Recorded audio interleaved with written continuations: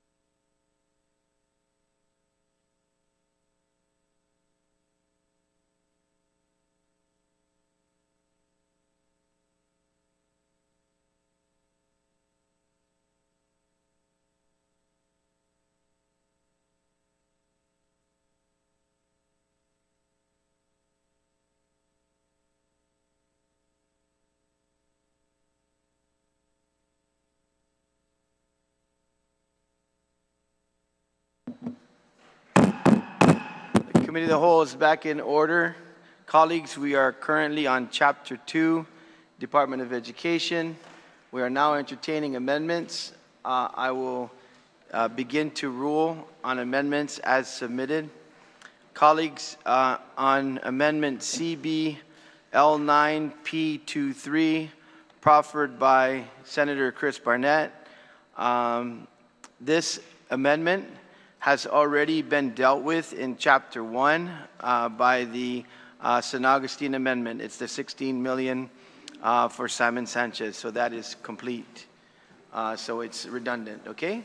The next amendment is CBL9P23, Roman numeral II, proffered by Senator Chris Barnett. And it's the same thing, the $16 million again, which has already been appropriated in Chapter 1. The next amendment is Senator Vince Borha, and this amendment is VAB L9P23. This amendment has been cleared. Senator Borha, you're recognized.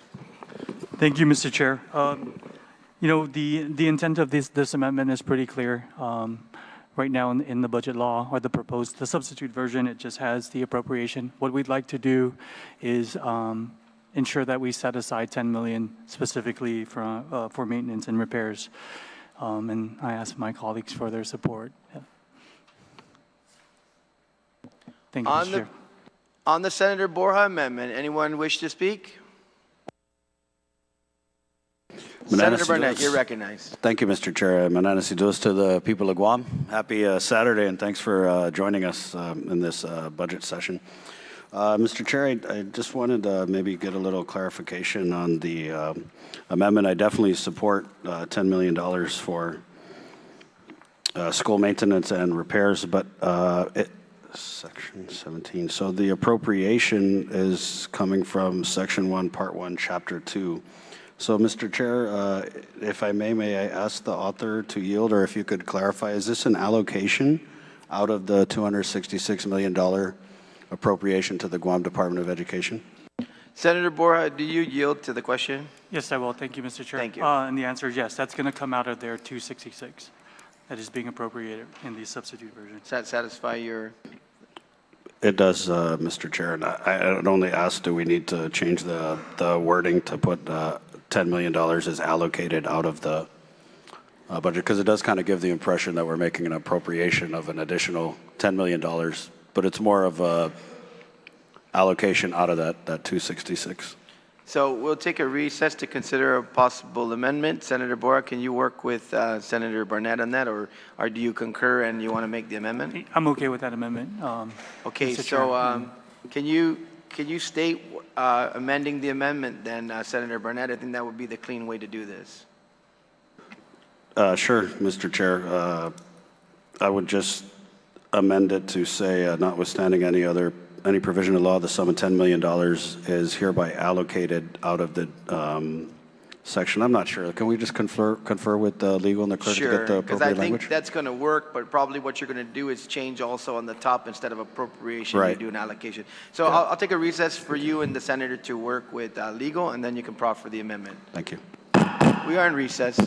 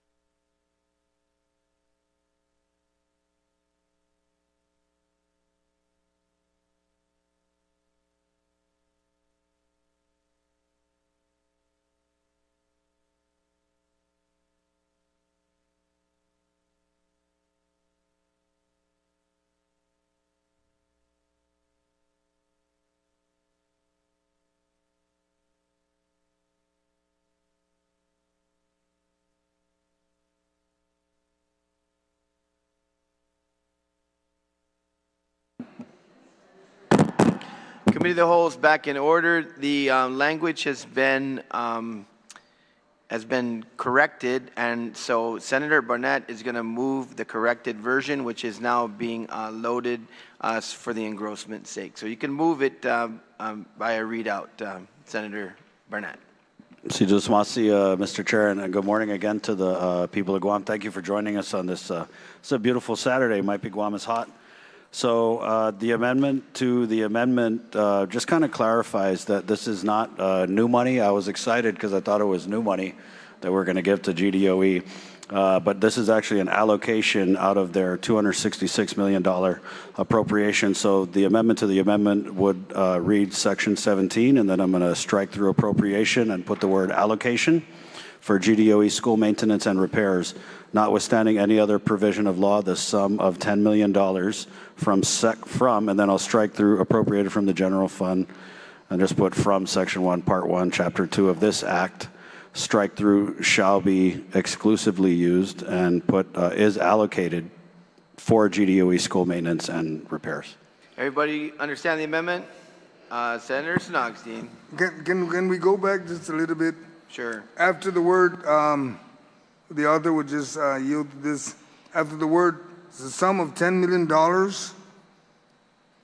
what was following? Because you kind of like flipped some of the words around. Where Yeah, sorry. Mr. Chair, may I? Yes, please proceed. Thank you. So you're right, Senator. We could just leave in appropriated from the general fund in Section 1, Part 1, Chapter 2. But I had just struck that out, and so it just reads easier.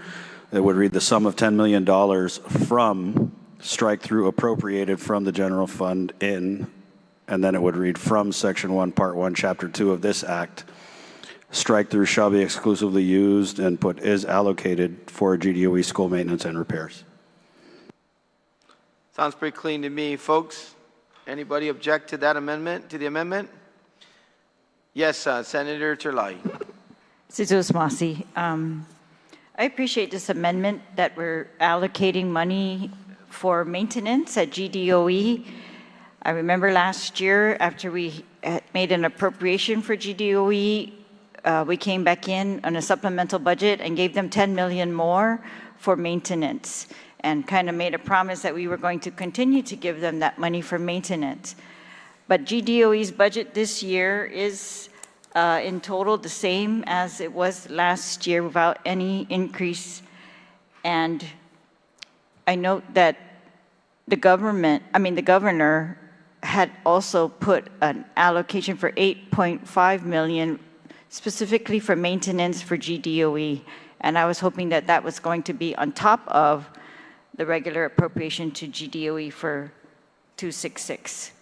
We did hear from them yesterday that they are in great need of additional funds in order to finish some of these projects and get some of these schools back to usable condition. And we heard how they have been juggling their money in order to make these projects happen and get those contracts paid. Even though they have funds that need to be used for other contracts, they're juggling. So allocating the money might, restrict them from allocating it. But I guess we did hear that they do have that much in maintenance costs that they also have. But I just hate to restrict GDOE when they are underfunded, and we restrict them more, and then, as we've seen, it just hampers their ability to compete. So, yeah, I too was hoping that this was an additional appropriation, but it's just an allocation from their current appropriation, which is status quo from last year. But those are my thoughts. Masi. And yes, status quo is the upward movement from OFB, but even in the governor's budget, it was also restricted, but the governor's budget was lower. So on the amendment to the amendment, anyone wish to speak on the amendment to the amendment? Senator Perez, you're recognized. Thank you, Mr. Chair.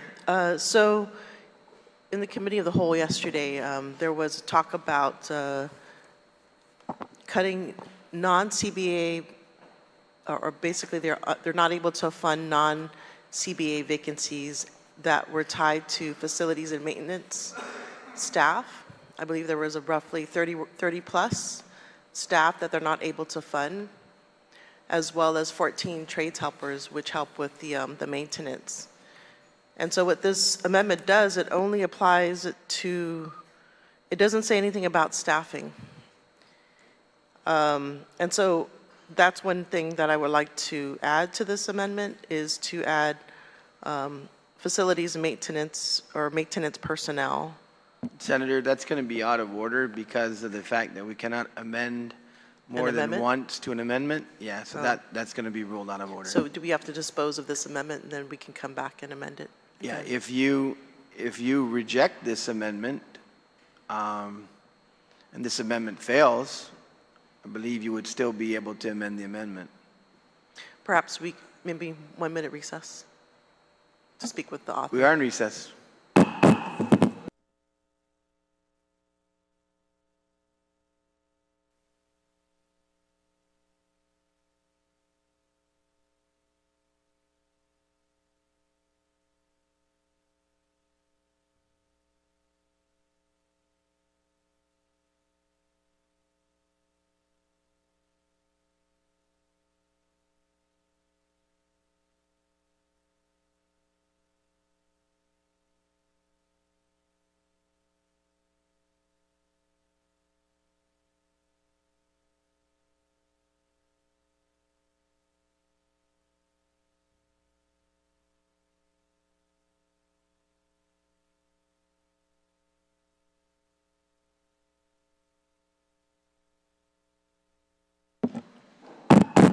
Legislature is back in session. Committee of the Whole.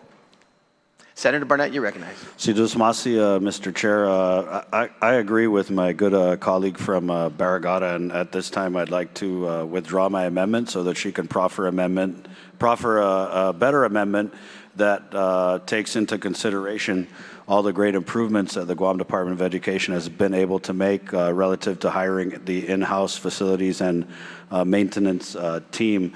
The improvements, the progress that we've seen over the last few years is directly tied to GDOE's ability, and also the funds that the legislature gave to GDOE for the purpose of shoring up, augmenting, and increasing the ability for the Guam Department of Education to respond at the schools with electricians, plumbers, carpenters. And so I absolutely agree with my colleague from Magaʹhågan that adding the ability to allow this allocation to cover personnel costs in facilities and maintenance will go a long way to ensuring that we don't go backwards and we're able to respond to GDOE's needs with GDOE's resources. On the motion to withdraw the CB amendment, Senator Barnett's amendment, all in favor? Amendments withdrawn. Senator Perez, you still have the floor. Would you like a recess to propose another amendment to the amendment? We are in recess.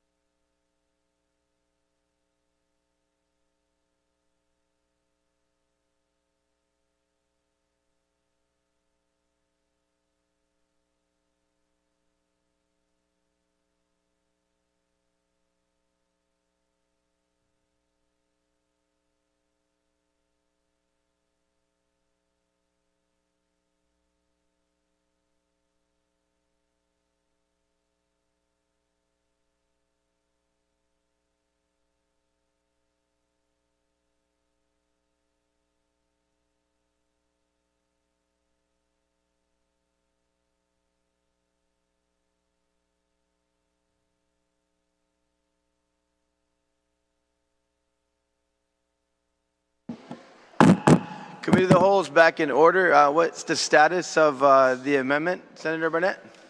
So just Masi, Mr. Chair, yes. So Madam Clerk, thank you for your assistance in further amending my amendment that I withdrew. And so now it basically reads the same, but we're adding the words facilities. Nanga. We're just adding the word facilities and maintenance personnel. So it'll read school facilities maintenance, comma, facilities and maintenance personnel and repairs.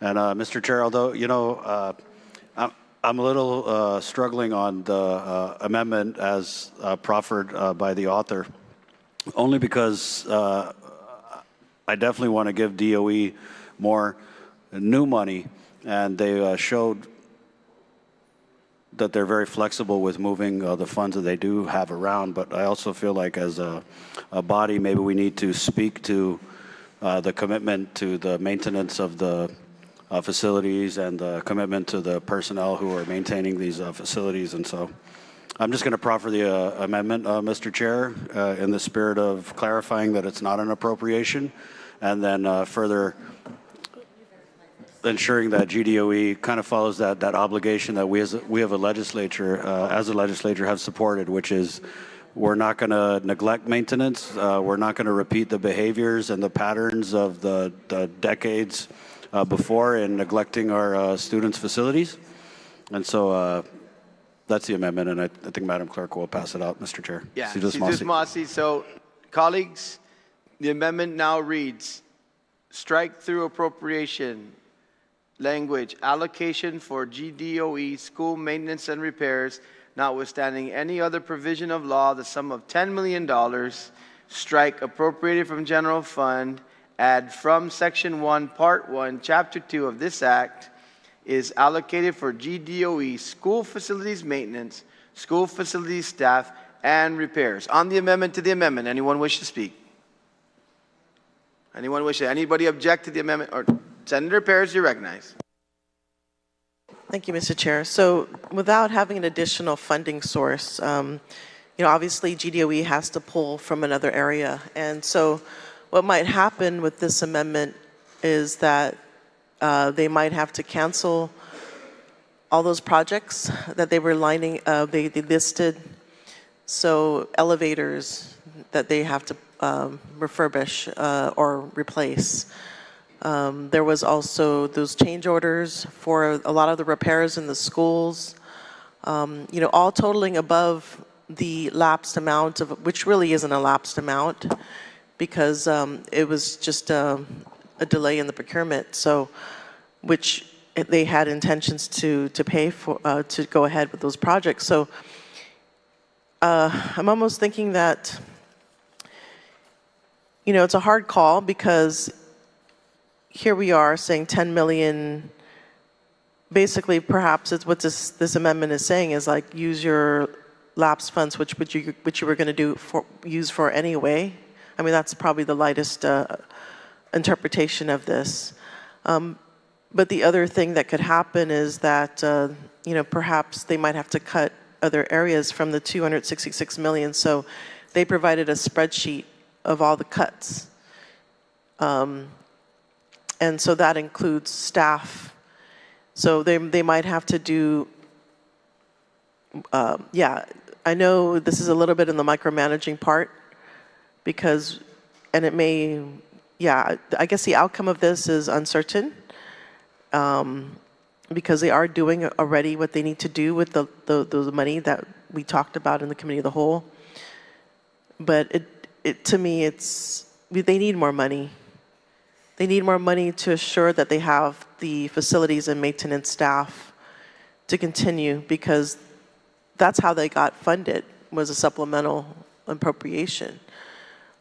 They got the additional staffing through a supplemental, and this one basically doesn't really ensure that that staffing is going to continue without the a supplemental. So I think perhaps it's, yeah, it's important that we prioritize the progress of schools the schools have made, But again, I think we need to look for more money for DOE to assure that they have the staffing, a sustained staffing.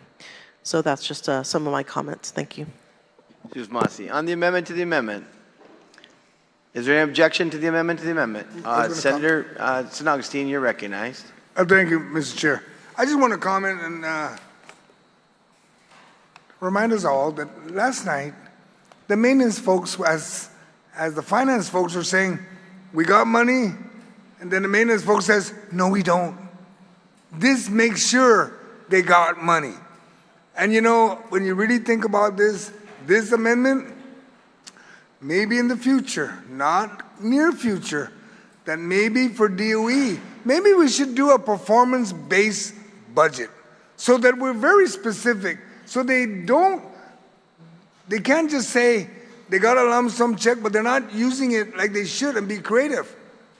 And then the beauty about this maintenance side and repairs is that if it's FEMA-driven or ARP-driven, they can use it as part of their reimbursement that they've probably never thought of, because they're doing repairs. And I fully support the amendment. Thank you, Mr. Chair. Ms. Masi, Senator San Agustin. On the amendment to the amendment, Senator Borha. Mr. Chair, I just, I support the amendment, but what I want to say, and I want to echo the sentiments of my colleague from GIGO in regards to, I've been working with GDOE over the last 7 months in regards to maintenance.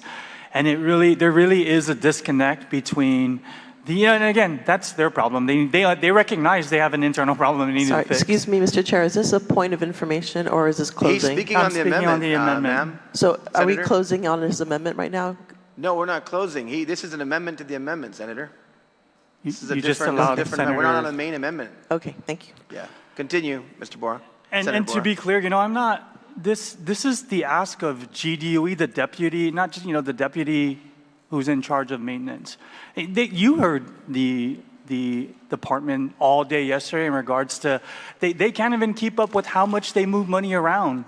So this is us saying, and the previous body did the same thing, you need to, at least set aside $10 million to take care of the schools. I get where the proffer of the amendment is coming from in regards, I hear it every day. My sister-in-law is a principal. My wife is a counselor in one of the oldest schools where half of the campus is falling apart.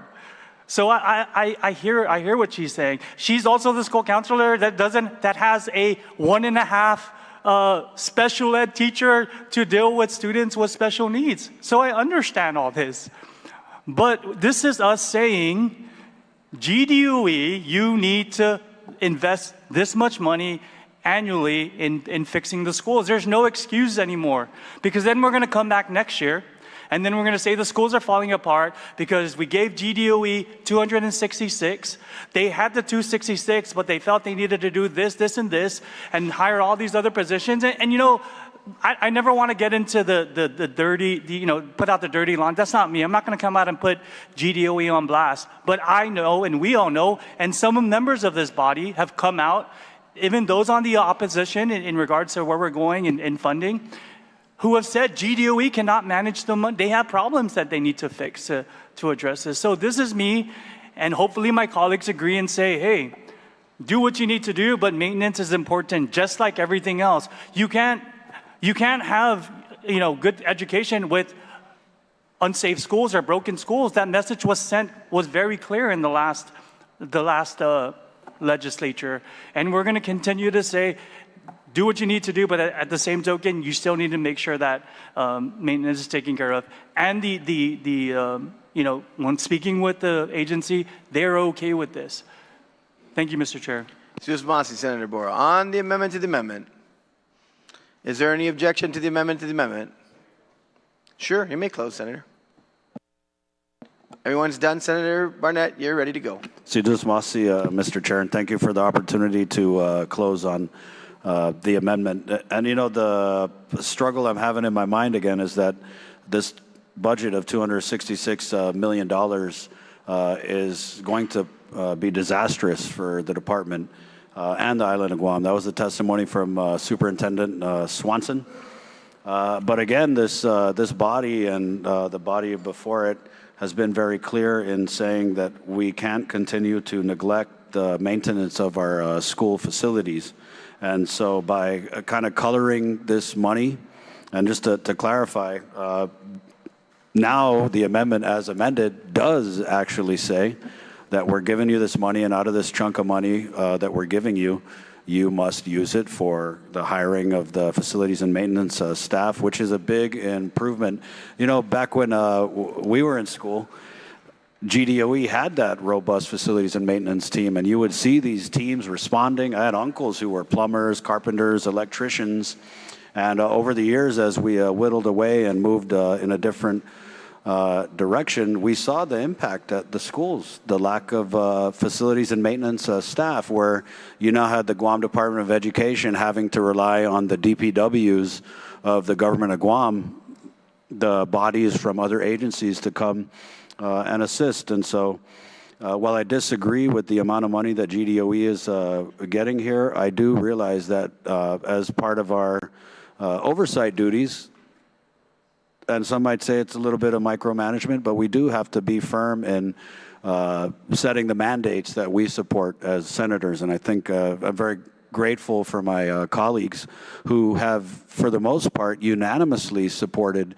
measures that gave funding for facilities and maintenance in the supplemental budget bill, unanimously supported measures that called for the continued upholding of public health sanitation regulations for the schools. I mean, there was a measure that we had before body that wanted to waive those standards, and that measure was resoundingly defeated. And so to have the unanimous support for setting these standards, these public health sanitation and safety standards at the schools, I think we really spoke as a legislature on that commitment and that change, really. You know, when we talk about maintaining the status quo, that was one status quo we did not want to maintain. We didn't want to continue to send our kids to schools with rats, to continue to send our kids to schools. My kids up at D.L. Perez, there was a flea infestation. You know, we've heard about all the different pest infestations. And while we're on that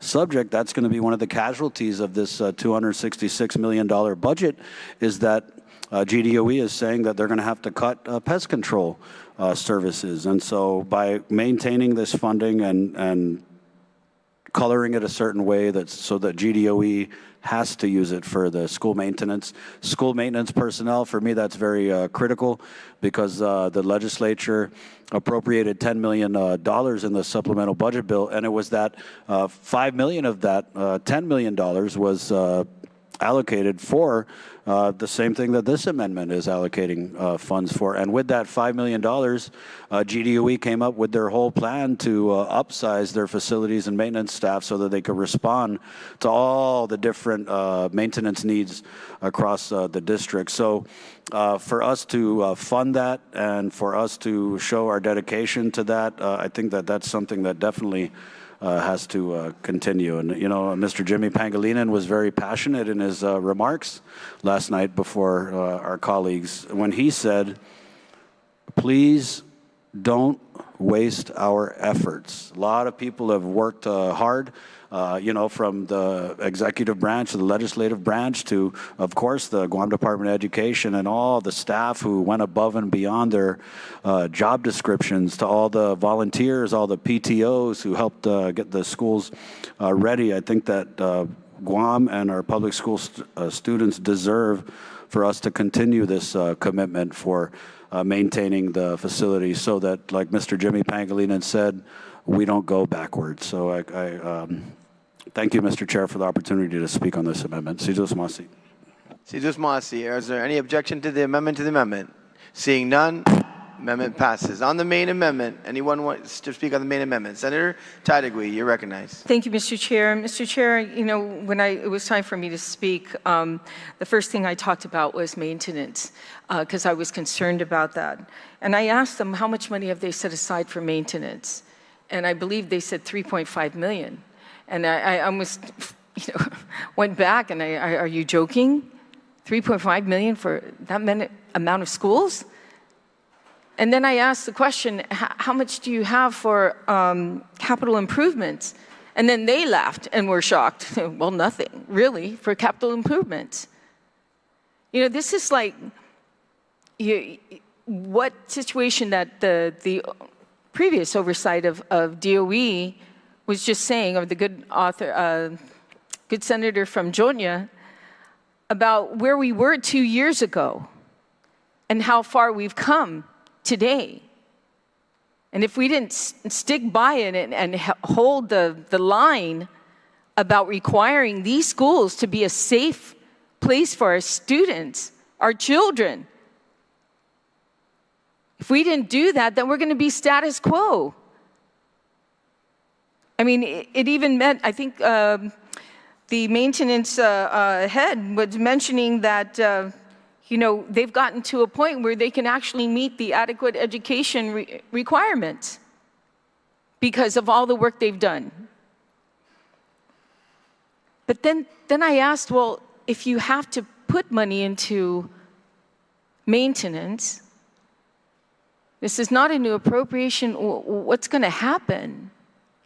Are you going to make cuts? How are you going to fund this? And the point is, they would have to make some cuts somewhere in DOE.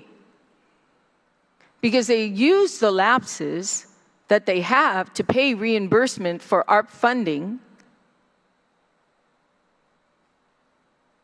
So that money is being used. So where are they going to get the money to do this? Now, I did have a question to the author of this amendment. How much of the maintenance department is used for salaries and how much is used for equipment? Will the author yield? Absolutely. So with my discussions with GDOE, if we want to break down their maintenance costs, I think right now with the 10 million that they got last year and this set aside of 10 million is going to be 5 million.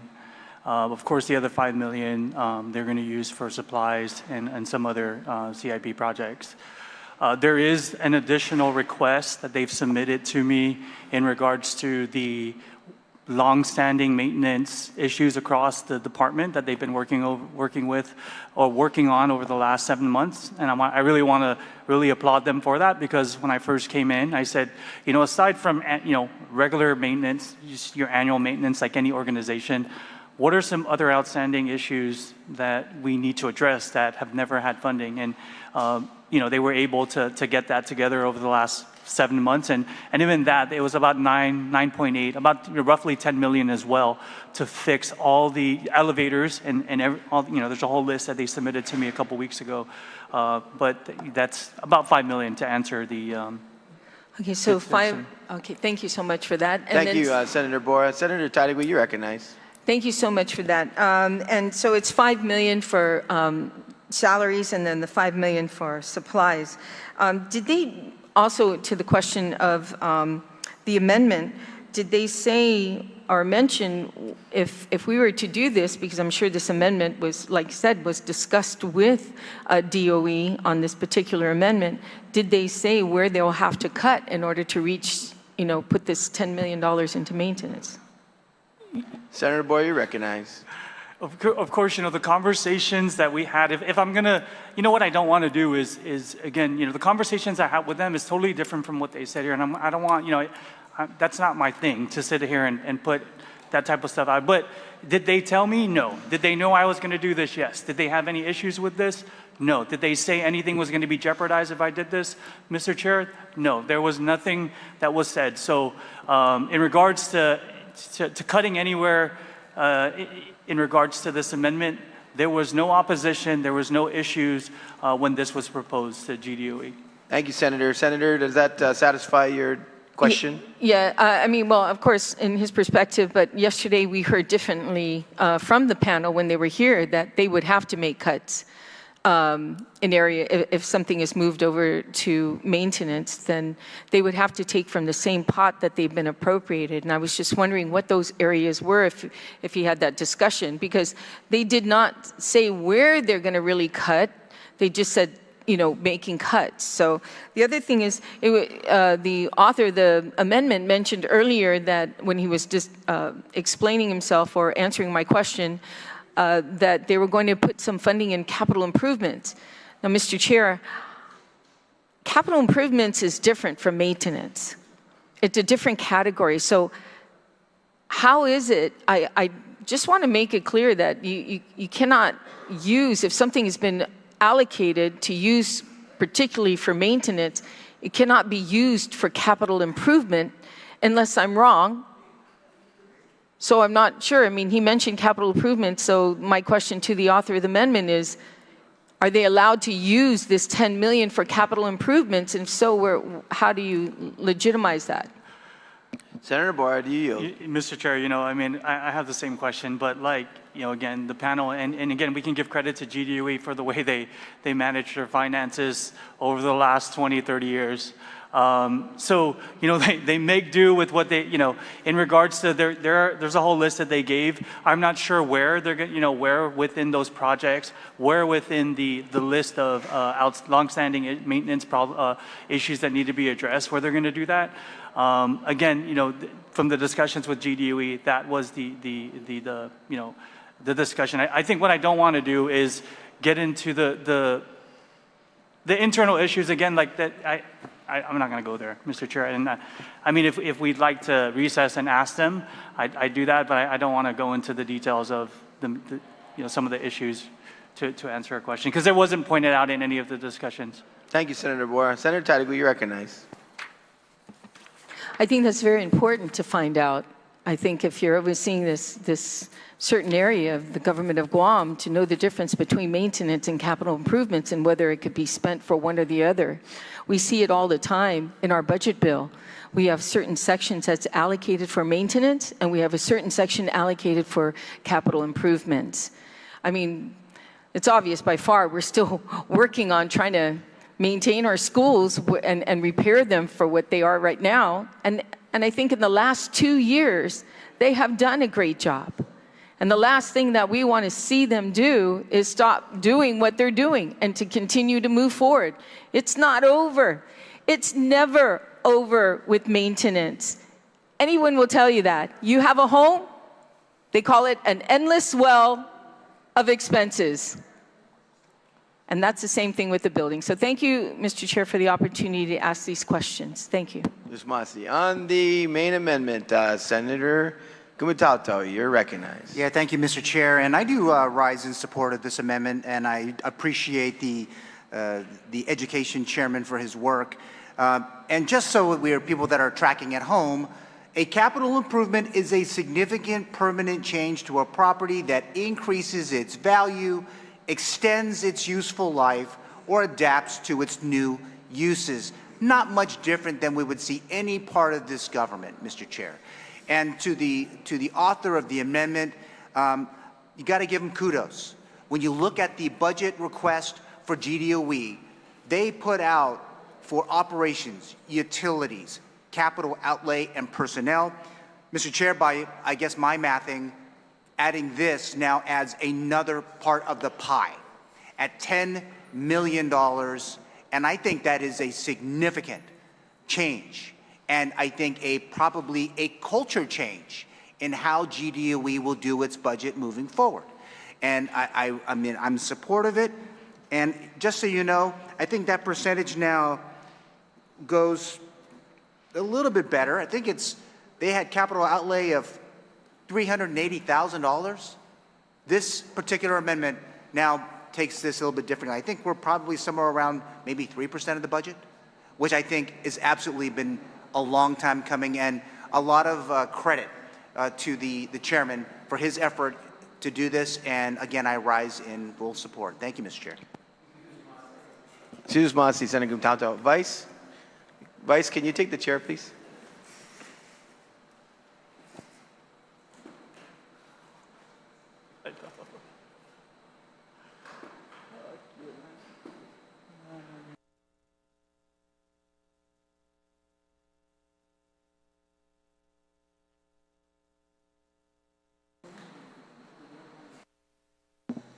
Chairman Dueñas, you're recognized. Ms. Masi, Mr. Chair, and I take the chair to fully support the mover of the amendment and the amendment itself, and maybe I have to recap a little bit what happened last night. Mr. Chair, what we learned last night is that the EBR, Executive Budget Request from the Governor's Office, was $1.2 million less than what our committee and the legislature appropriated. Also, what we learned last night, Mr. Chair, is that that would mean when the governor submitted her budget request to this legislature, or it came in the form of putting it in the reserve, and the governor, when she announced the budget, that she put this money for education, she even said she gave extra money for education, and she made the claim that she put $8.5 million additional revenue in the budget for maintenance and repairs. So now, Mr. Chair, the only difference between saying you put $8.5 million in for maintenance and repairs, which is exactly $1.5 million less than what we did this current fiscal year at $10 million for maintenance and repairs, was just to segregate it out, as opposed to what we did when we did our budget from the legislature, a full 266. And, you know, guys, we expect you probably to understand that last year you had $10 million for maintenance, repairs, and all the other things that we sequestered for you. But instead, now the good author of this, the good chairman of education, made clear, and he spoke to them, Mr. Chair. He didn't just do this arbitrarily, he spoke to them. And they said this will be fine. So once again, I have to reiterate for the people that maybe didn't catch us last night and want to keep up with the legislature and what happened. What happened last night, once again, to the dear people of Guam, is this legislature appropriated $1.2 million more than the governor's request. We did $266 million. The governor's was $266, and the governor's was $264.8. So actually, more than likely, the mover of the amendment could have made it 11.8, but he didn't. He made it $10 million across the board. And he made it clear that now, Department of Education, you've been doing a great job, just like Jimmy said, and their whole team said, and we're all giving them the kudos that they deserve, and definitely more than deserve. But the good chairman and the author of this amendment did the work, spoke to the team, and they said, yeah, that's what Jimmy was saying on the floor, actually, Mr. Chair.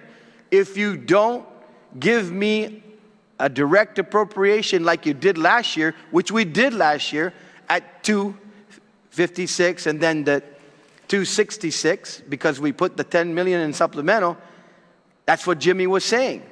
I need you to do the same thing, so that I don't have to be at the behest of the rest of the folks in Department of Education. I know that that money is set aside just like you did last year with the 10 million.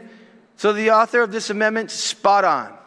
He did his work, he did the right thing, and I implore this body to support this, and I thank this body once again for appropriating $1.2 million more for education than came out in the executive budget request. His response, Mr. Chair. Thank you, Chairman Dueñas. On the amendment, Senator Barnett. Oh, you already?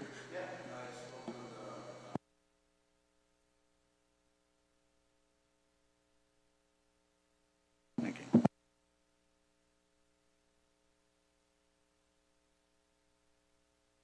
On the main amendment, anybody else wish to speak on the main amendment? Hearing and seeing none, the good author of education, you may close. Excuse me, I had my hand raised. You already spoke on the main amendment, Senator, because you motioned for an amendment to the amendment. Yeah, not the main motion. This is not an amendment to the amendment anymore. We're back on the main amendment. Yeah, so I didn't speak on the main amendment. I spoke on the amendment to the amendment. Let me check with the clerks real quick.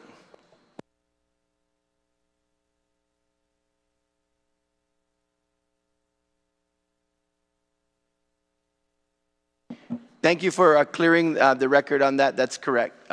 You may proceed, Senator Paris. Thank you, Mr. Chair, and thank you to the clerk. So I do have reservations about this amendment because it does tie DOE's hands in regards to where they're going to identify what is the neediest of the needs. And again, like I said, you know, we're not giving them 10 million more. We're asking them to cut from what they have already cut. And so when you look at the budget, there's the positions that they cut the most was in the personnel filled positions. Those are, teaching positions, perhaps. And those when I asked the question to them, if you have money for one position, whether it's a teacher or facilities maintenance, they said they would have to fund the teacher position. And so what this amendment potentially might do is jeopardize the whole purpose of students, of the school, is education. And I think that's kind of like the issue with this amendment. We just saw the gains that our teachers have made with their students. And to prioritize a building over what happens within the building, to me, is problematic.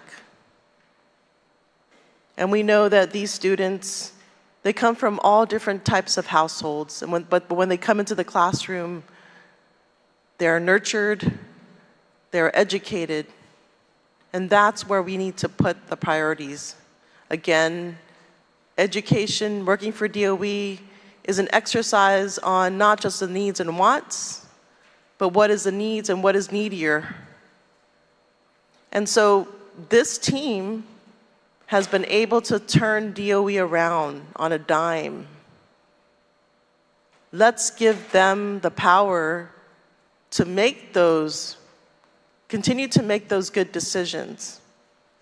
If this amendment had more money, I would, by all means, yes. But what we're doing is we're interfering with their ability to properly operate GDOE. And we need to give them that latitude, continue to give them that latitude and support. But to shove this and say, no, only maintenance, this does not cover capital improvements. This is a different category. If you look down on the spreadsheet, capital outlays is different, is itemized differently. And I'm sure the prophet of this amendment, that's the last thing he would want to do is to, let's say, cancel those elevator contracts. So that's a CIP project. Cancel the refurbishments of the schools that are going on. That's a CIP project. And that meets the intention of what that's the intention of this amendment does, is really to promote that. But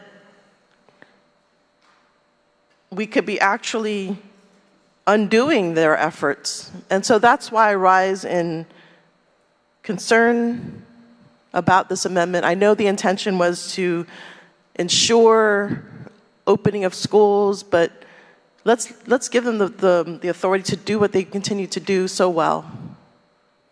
Nobody in the history of DOE has been able to do this. They have. And to hamper their ability is not helping them. So I respectfully rise in opposition to this amendment. Thank you. Senator Borha, you may close. Thank you, Mr. Chair. And I want to, I'm starting to really get good at this. But, Mr. Chair, over the last 7 months, both sides, with all due respect to my other colleagues, we sit and we say, listen to them because they're telling us this. Mr. Chair, I'm listening to them. So, I don't know which part, and I'm being serious. I really, I say this all the time to my oversight, to any agency. I'm just here to help. I'm listening to them. And I get what the, I get what the, previous speaker from Magaʹhågan is saying. I hear her. But, I'm sorry, when you look at anybody in GD, we really want to get into, when Dr. Okada comes in today or when we bring in GCC, I guarantee most of us are going to say, kudos to you and the great work and how you manage your finances at GCC. She's the finance chair of GDOE. She works. I'm not just doing anything I'm doing today. I'm not just sitting here and saying, I want you to do this. I'm not sitting here and just saying, I think this is what's best for you. I listen. I'm not one to ever tell anybody to do it. That's not me. I'm not here to tell people what to do. Our job is here to help. They asked, I'm doing. If the body feels that that's not the right thing because this is the one thing that they don't agree with, then I'm okay with that. But I'm here to say that this is what they asked for. I think it's the right thing to do because they don't need an invitation for me to come walk the schools. We're going to continue to do it while I'm a senator and the chair of ed. Anybody is welcome. In fact, Mr. Superintendent told me any elected official can walk into a public school. They don't need an invitation, but he would like a courtesy notice. So if they would like to go and see the schools and see the tapes, the yellow tapes, the broken classrooms, the bathrooms that are still there, they're more than welcome to see why this is important. You heard GDOE again, and I'm saying this again. They're not ashamed to admit they need help. They need better management. They need better cash management. They'll be the first to admit. So this is us saying, hey, while you figure it out and you go, and the other thing too, I want to clear that because they're saying they had 8 buyers, but prior to that, they only had 1 buyer. Again, this is why they need help. We need to say, put this aside. And again, we need to come back, and they're going to say, well, we only come into session every month and sometimes blah, blah, blah, blah, blah. But if it's an emergency, we'll figure it out. And they've been able to figure it out. And that was their message to me, Mr. Chair. Do this. It's okay. We'll work with it, and we'll figure it out. And we can appreciate, and again, we'll continue to commend them for the work that they're doing. But again, if it's the will of the body, because I'm not here to try and say anybody, because here's the thing, and I want the public to know, they're going to have 2 sides to every story. My approach may not be the best approach. Their approach may not be the best approach. But I asked GDOE, and they're okay. And I asked my colleagues to support this. And if we don't, then you will figure out another way. Thank you, Mr. Chair. Senator Borha, ask and you shall receive. We're not in Sunday yet, but we will work tomorrow, so you're a little early. On the Borha amendment, there has been objection. All in favor, please indicate by raising your hand. 1, 2, 3, 4, 5, 6, 7. Amendment passes. Thank God.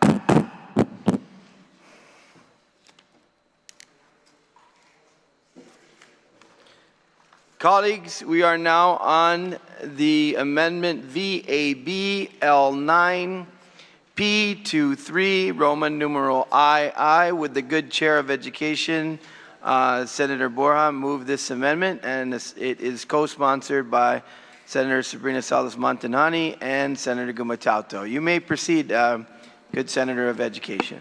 Thank you, Mr. Chair. The intent of this amendment is to, they're saying 11. When I proffered this amendment at the time, they were saying between 11 and 13. I don't remember, 13 or 14 million. We'll go with 11 million, which is I think what they're using right now to hold this revolving fund to fund the ARP projects. The intent of the amendment is obviously to allow them to continue, have a continuing appropriation of the excess. And again, I'm going to leave this to the will of the body, but this is me saying, new guy, new senator. Any leftover money from this lapse after paying off ARP, that this money be set aside specifically or used to upgrade any of the GDOE facilities. And here's why this is important. I've shared, and I've shared this with the body over the last couple of days, that I've been coaching sports with GDOE over the last 5 or 6 years, and even prior to that, I was coaching in the private school. But we use public school facilities, and over the last 6, 7 years, probably 8 years, because I did private school coaching before GDOE, is most of the track and field, a good example that we use not just for GDOE, the national team uses it, the community uses it, the private schools use it as well is that we need to. This is me saying, and again, I'm going to leave this up to the will of the body, is that we need to fix these facilities. If you go to the JFK track where the national team trains, the GDOE track that they use to do sprints on, if anybody, I mean, I'm a runner, if anybody's ever done sprints and you're going that fast, there's a plywood towards the finish line on the JFK track that if you're wearing spikes, you're going to eat. And there have been some students that have eaten dirt. And I'll tell you right now, some may object to this because there are other important things in the department.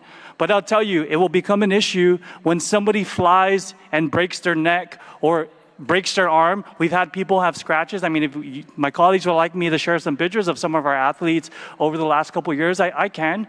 But I'm saying and again, I asked them, on the record, I asked them when the ARP money got turned back on, do you need more money to create this revolving fund? They said no.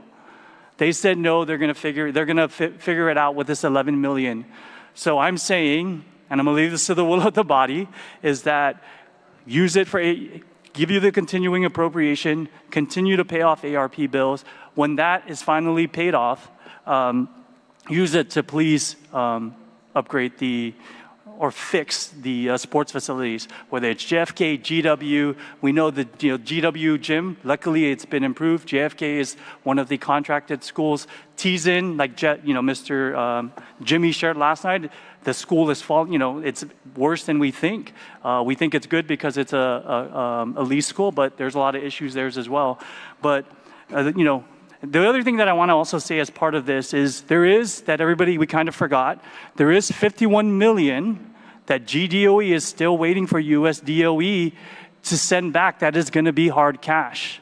So, it hasn't been denied. We thought it was going to there is a meeting coming up, so everybody knows in regards to addressing this with US DOE. So I asked my colleagues to support this, not for me, not just for the students, for GDOE, but for the community, the Guam national team that they won medals. They think they want a gold and a bronze in the mini games in Palau. We had a couple who have gone to the Olympics that have trained on these tracks, and so in our facilities. And so I asked my colleagues to support this amendment. Thank you, Mr. Chair. Susmasi, Vice.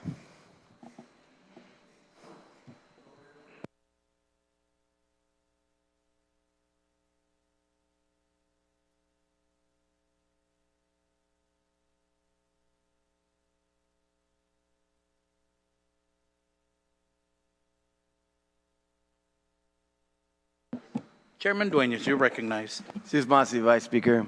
Vice Speaker, I rise in full support of this amendment. While I am not a fan of continuing appropriations, and we should use them judiciously, I want to once again thank the good senator, and I think the people of Guam need to hear this, the good senator and the chair of education.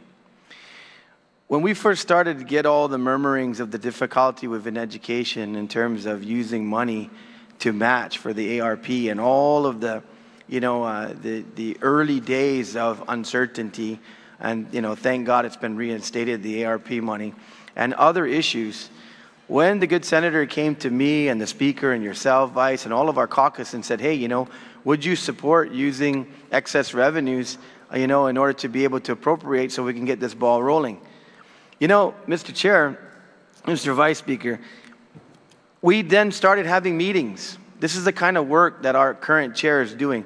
We then started having meetings with OFB, in fact, you remember that Saturday when the speaker called everybody together, including members from the administration and the fiscal team. And we sat there, and I remember looking at him, thinking to myself, man, this guy's a freshman senator. He's got a really big duty and responsibility. And you know what? He's sitting here with all these big fiscal people and all these people that have been senators for years and years and years and years. And he's sitting in this room, and I could see in his eyes, he's like, man, I really want to do this, but I have to listen to what they're saying. And so we sat with the education people, and there was questions that went back and forth. What's going on? What are your revenues? They gave us a spreadsheet. Remember the spreadsheet, Vice Speaker? And then the speaker and others started looking, and they said, man, I know you're asking for an emergency session. I know you're asking for additional revenue. And we thank, our senator for coming to us on this. And this is why we wanted this meeting. And we went line by line by line. And what we figured out is what we learned yesterday. They had so many lapses. They were cash rich. That had like $25 million actually that was lapsing at that time. And so we said to them, hey guys, why don't you work on this? In fact, you know what happened is the good senator and chair of education right now, we had a subsequent meeting with other team members, and what had happened was we said, you know what, even with this, and the fiscal team from the front office agreed to this, even with this, in the event that we start running into any issues going forward, how about an advance appropriation? An advance allotment, excuse me. And everybody was game for that. And so the way I look at this, Mr. Vice, is that with this continuing appropriation, why it's important and why the author of this is really smart to do this, is because when we start the fiscal year, in the event that the allotment schedule is what it is, which would be, which commend once again DOA, their allotment schedule has been timely. This gives them the opportunity to do what they were willing to do last year. They were willing to give an advance allotment. Right now, with a continuing appropriation, there's no reason why they wouldn't be able to give an advance allotment on top of their allotment schedule. This will help them in case they get into any issues with regard to the continued revolving. Maybe it would speed up their revolving because it could give them another $11 million. So that they could say, hey, we can do $20 million worth, $25 million worth of projects now, and we'll keep that bankroll rolling because as they testified to us, and when we met with them again and the oversight chair, and I think he'll say this on the closing of his amendment, they're turning that money around sometimes 5 and 8 days. Remember what they were saying here when they were enumerating the projects and how fast they're going after the good senator made sure that they used the money that they had and they had an opportunity for allotment release. They're turning and burning. This project's done, Leah-Beth said. This project's done, Leah-Beth. This project's done, Leah-Beth said. And that was all because of the work of the chairman. And he asked his senior members to come in and help him with it, and he did a great job. And so I support this because this is in line with the work that he's already done. This will allow for an advance appropriation because prior year is there, and we know they're going to close with lapses. We are weeks away from the close of the fiscal year, and like the front office said, I'm sure they're scrambling to make sure they pay all those bills because that's what they said they do with transfer authority. Well, tell you what, with $25 million in lapses, as they mentioned yesterday, I guarantee you there'll be at least 11 left. And that will be a springboard to get things rolling. I support this amendment wholeheartedly, Mr. Chair. Thank you, Chairman Dueñas. Senator Lujan, you're recognized. Thank you very much, Mr. Chair, Mr. Vice Speaker. Actually, I stand in strong support of this amendment. Just yesterday, we heard, of course, directly from DOE officials that they expect the lapse of $15 million, not just money to lay idle there. It's funding that's helping to stabilize the revolving fund, which in turn receives reimbursements for critical projects funded through the American Rescue Plan. This careful management, Mr. Chairman, ensures that our schools are supported today while also preparing for the day when those ARP reimbursements come to an end. I want to especially thank, of course, the author for this measure, Chairman of Education, Senator Vince, for his foresight in ensuring that once the last reimbursements is processed, these funds won't sit idle. They will be invested in something our students and our community can enjoy for years, of course, to come, refurbishing and upgrading these sports facilities. Mr. Chairman, Mr. Vice Speaker, you know, as someone who spent much of his life as an athlete, I can tell you that sports is not just a game. And we're hearing and reading more and more of our public school students being scouted and getting into D1, D2 schools. And that's how much we have progressed in regards to our sports program. Sports is a very integral part of education. But not only in that the coaching staff is as much more prepared now or better equipped now than years past. The facilities have to be there as well.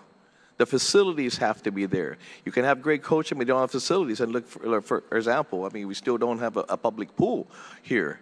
And we have great swimmers. They make do with the oceans around us and the swimming pools that, that we do have that are not, of course, Olympic regulated pools. But they do with what they have. And so if we want to continue, again, to prosper, have our students to prosper, sports has always been in the, I mean, years ago that they're the first ones to get cut, and I just don't agree with that. And again, as we read more and more of our students being scouted by D1, D2 schools, this is great news for the athletes, for the parents, for our community. Almost on a weekly basis, we honor teams that go off island because they're winning golds and silver medals and things like that. That's because they have great coaching and great facilities as well. So I commend the author, Ms. Chairman, and thank you, and wholeheartedly support, and I urge my colleagues to support this amendment as well. Thank you, Mr. Chair. Sidus Masi, on the amendment, Senator Barnett, you're recognized. Sidus Masi, Mr. Chair, and again, manana sidus to the people of Guam, and thank you for watching on our live stream on YouTube and also on Docomo and GTA channels. It's not every Saturday you see Guam Legislature in session, so good morning on you guys. I hope you're having a good weekend. Thank you, Mr. Chair, for the opportunity to speak on the amendment. I think the testimony from Mr. Wade Paul last night was very compelling, specifically when he was talking about our Southern High Tuninos family and the sports facilities out there and how he intends to use the funds from the limited gaming fund, Mr. Chair, to embark on improvements at the Southern High sports facilities, because as we all know now, they're having to drive from all the way, all the way from the south to Guadalupe. And so I just want to thank Mr. Angel Sablon for allowing the continued use of the Guadalupe field. I know in the previous football season, we had to make some phone calls because, the field up there at Guadalupe was getting muddy. So I rise in support of the amendment, but I wouldn't be me if I didn't say that we're doing this amendment, but also we're delivering a budget that, in the words of the Guam Department of Education, severely shortchanges the department so much that the passage of this budget as is, this budget of $266 million, would be disastrous for the department and for the island of Guam. And some of the cuts that they are anticipating, and here's where there's a little bit of the irony for me, is they are anticipating that they might have to cut funds for interscholastic sports. And so on the one hand, while this amendment being proffered, I definitely support the intent of it and the creative use of these ARP reimbursements for the purposes of refurbishing and upgrading GDOE school sports facilities. But on the other hand, I don't support that we're delivering a budget and forcing the Guam Department of Education to make hard choices that are definitely going to impact our public school students who are already being impacted by so many of the challenges that the Guam Department of Education faces. And Mr. Chair, in just going around to the schools, and yes, I absolutely agree that the sports facilities need to be refurbished and upgraded. My son attends FB Leon Guerrero Middle School, and right now they're in a double session with Ukadu. So they attend over at Ukadu, and soccer tryouts, they're able to use some of the Ukadu facilities. I'm very grateful for that. But for other sports, we have schools, Simon Sanchez, FB Leon Guerrero, where they're having to go drive around the island and, be nice to the mayor so that they can use the facilities out there. So, while we definitely support the intent of refurbishing and upgrading GDOE school facilities, I think we also have to be cognizant of the fact that this budget and the state of the Guam Department of Education, as it is with these double sessions, means that kids at FB, students at Simon Sanchez, don't have anywhere to practice. They don't have sports facilities. And so I just want to, shout out to the mayors out there. I hope that, you can accommodate a lot of these kids who are looking for these practice spaces. I mean, as you know, just in this term alone, we've had challenges with the Simon Sanchez volleyball team and finding a place for them to practice. So, Mr. Chair, the other thing that you see when you go around to the schools, and I'm going to talk about the elementary schools now, is what I call a tale of two playgrounds. So the Guam Department of Education Head Start program was very fortunate to receive federal funds that allowed them to upgrade and in many cases install new playground equipment at all of our Head Start centers across the island. So if you go into a school that has a Head Start facility in it, you'll see that they have really great age-appropriate, environment-appropriate playgrounds for these Head Start students. And I know I don't need to remind the body that Head Start benefits our most vulnerable and our most socioeconomically challenged families.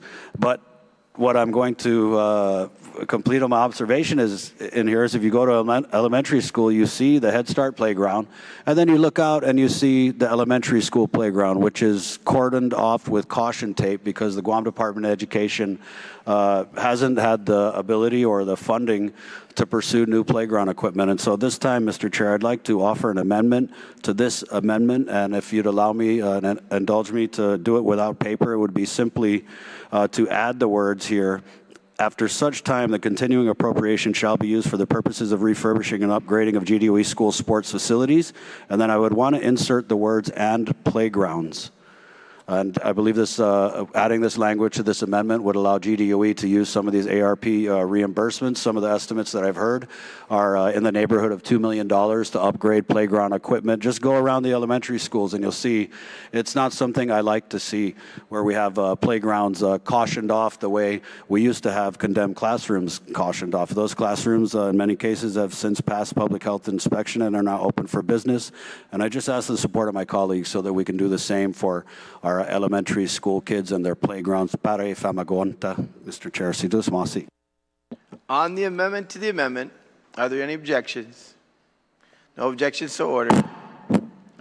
On the main amendment, anybody wish to speak on the main amendment? Seeing none, you may close. Yes, Senator Borha? Mr. Chair. Oh, Senator Gumatato, go ahead. Yeah, thank you, Mr. Chair. Heard plenty of language in this room about the bad federal action by the President of the United States, terrible federal action by the United States Congress. Ironically, those same folks making sure we support it or we don't support the use of ARP funds. This, what we're doing today, Mr. Chair, is a Guam policy. We need to focus on our role. GDOE and the elected board have a mandate to make a final decision on education policy. And by the way, this amendment was worked with the current chair on education for this particular amendment. If there's any choosing of actions with their appropriation, then that's the decision of the Board of Education and its superintendent.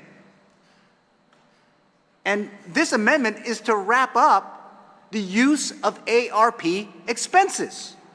Now, that train to add any input on the ARP funds, that should have started years ago. We're at the end. We're just trying to help them finish. And if I can say, go to their next meeting of the Board of Education, and if anyone in this room has any problems, I mean, our chair's been going, and if you have any questions, you can check them how they're going to spend this at the very, very, very end. Now, I support this policy. I have attended many games at the Guåhan Middle School gym for my kids. I have been at the Southern football field. I'm a soccer dad. I've been to every public school facility for well over, I think my oldest daughter is celebrating her, just last year was her 10th high school graduation. So if you do the math, that's at least 14 plus years, maybe up to 16 years of going to public school facilities. Yes, they need help. This is at the end of the road for the ARP funds for Guam DOE. It's not the beginning. And the good chairman from Barrigada is just trying to wrap it up because you know what? They asked him for their help, his help. So I stand in full support of this, and I think we need to get behind the board or the superintendent. At some point, if you have an issue, go to their next meeting. If not, check out their minutes online. Thank you, Mr. Chair. Sidus Masi, Senator Gumatauta. On the main amendment, anyone wish to speak on the main amendment? Senator Chalai, you recognize. Sidus Masi, I'm going to object to this amendment. I hope I don't need to brag about going to the public schools during my lifetime or my children's lifetime in order to speak on this amendment. I think that's obvious if you live on Guam that you are going to attend public school activities. The thing is, and you know the condition of the school sports facilities, and we've heard it from them last night as well. But the problem is, this amendment, I completely support moving continuing appropriations and allowing them the use of continuing appropriations. But the problem is, you talk about lapses, but these lapses, I mean, that word is really a misnomer here because they made it very, very clear. These lapses come from specified uses that were in procurement that they were either unable to finish because of procurement challenges and that they still need to finish. Or they came from the Limited Gaming Fund, which is already restricted and tells them to use it for sports facilities or sports equipment. So I just want to, if we want to help them, especially when we give them a short budget, then we should allow them continuing appropriations, period. Allow them to use it. And yes, until fully expended, they are using them for the American Rescue Plan related expenses. They have to front those costs. But when they get the money back, they said they had to replenish funds. It's not like we gave them money to use for the ARP related costs. They're taking it out of other places. They're taking it and they might need to put it back to those places. And if they're not restricted in putting it back, then they may be able to use it for the teacher shortage, for the substitute shortage, for the aid shortage, for the food shortage. Or they might be using it for sports facilities. Or they might have to fix an exploded bathroom emergency. I just say they are doing a good job.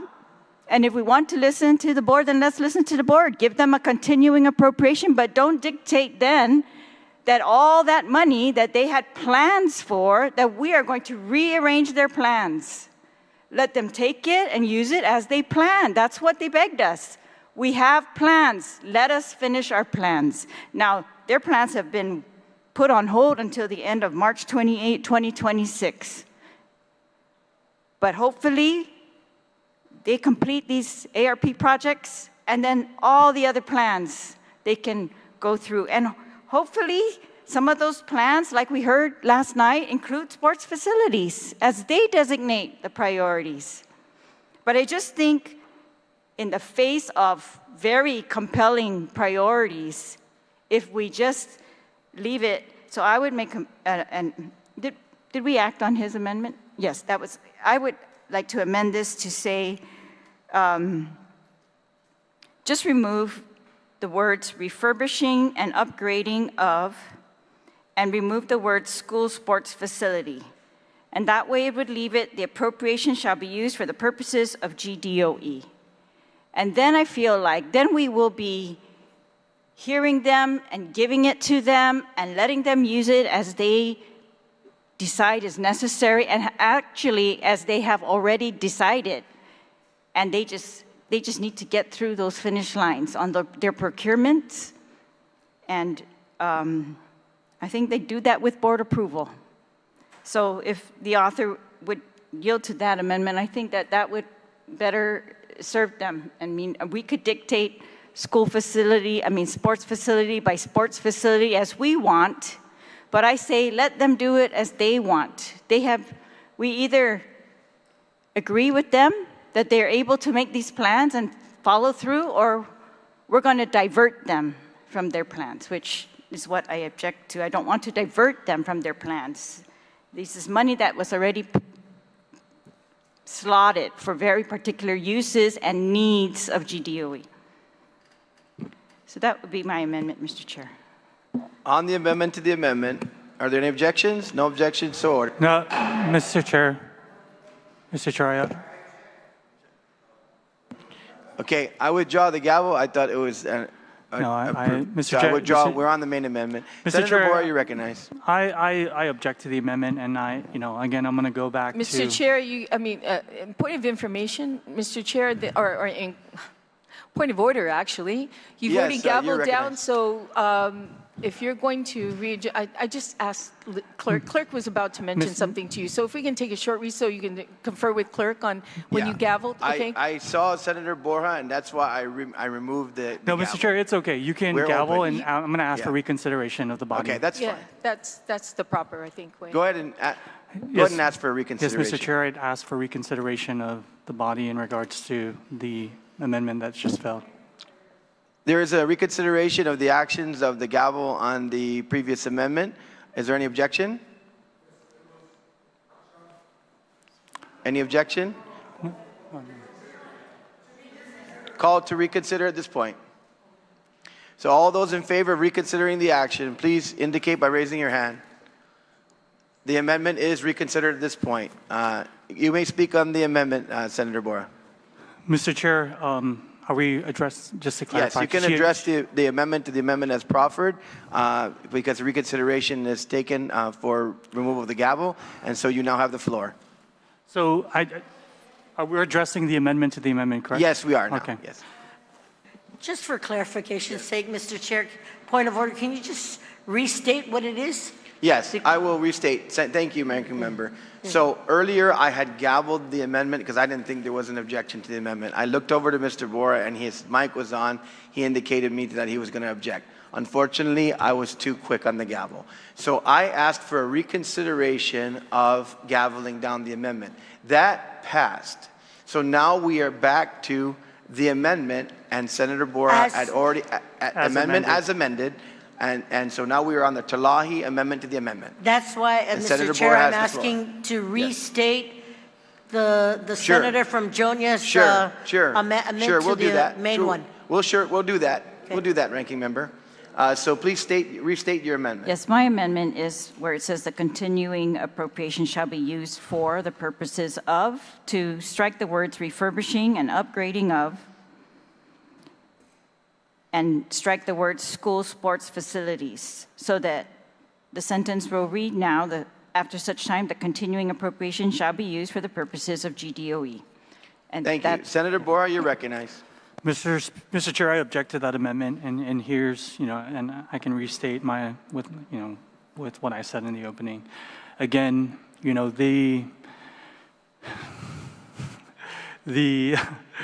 reason why I object to this, because it defeats the intent. And if that was the case, I wouldn't have, and I stand firm on my position in regards to, and I know I got some messages in regards to, hey, we're not using, the X surplus. That's fine. But what I'm saying is, because they shuffle money around, is okay, you're not using it now. That's, the excess, because you're playing with what you have, is that whatever lapses, you will set that aside to ensure that there's money, because I also get emails and phone calls that they're not paying ARP when they should be because they're trying to juggle it around. So now we're saying, set this aside, the lapses that should really, again, because where I come from the federal government and in the Army is you use or lose, right? So it's not necessarily money, unless it's appropriated, and is you give it back. You spend, you use or lose. So this is money that, again, we're saying set aside and use it to pay for the ARP, and then at the end,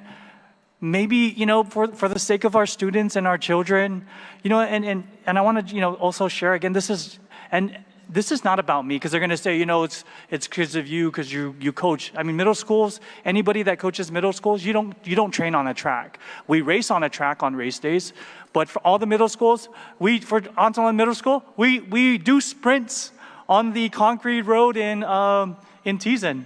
Thank you, Senator Borha.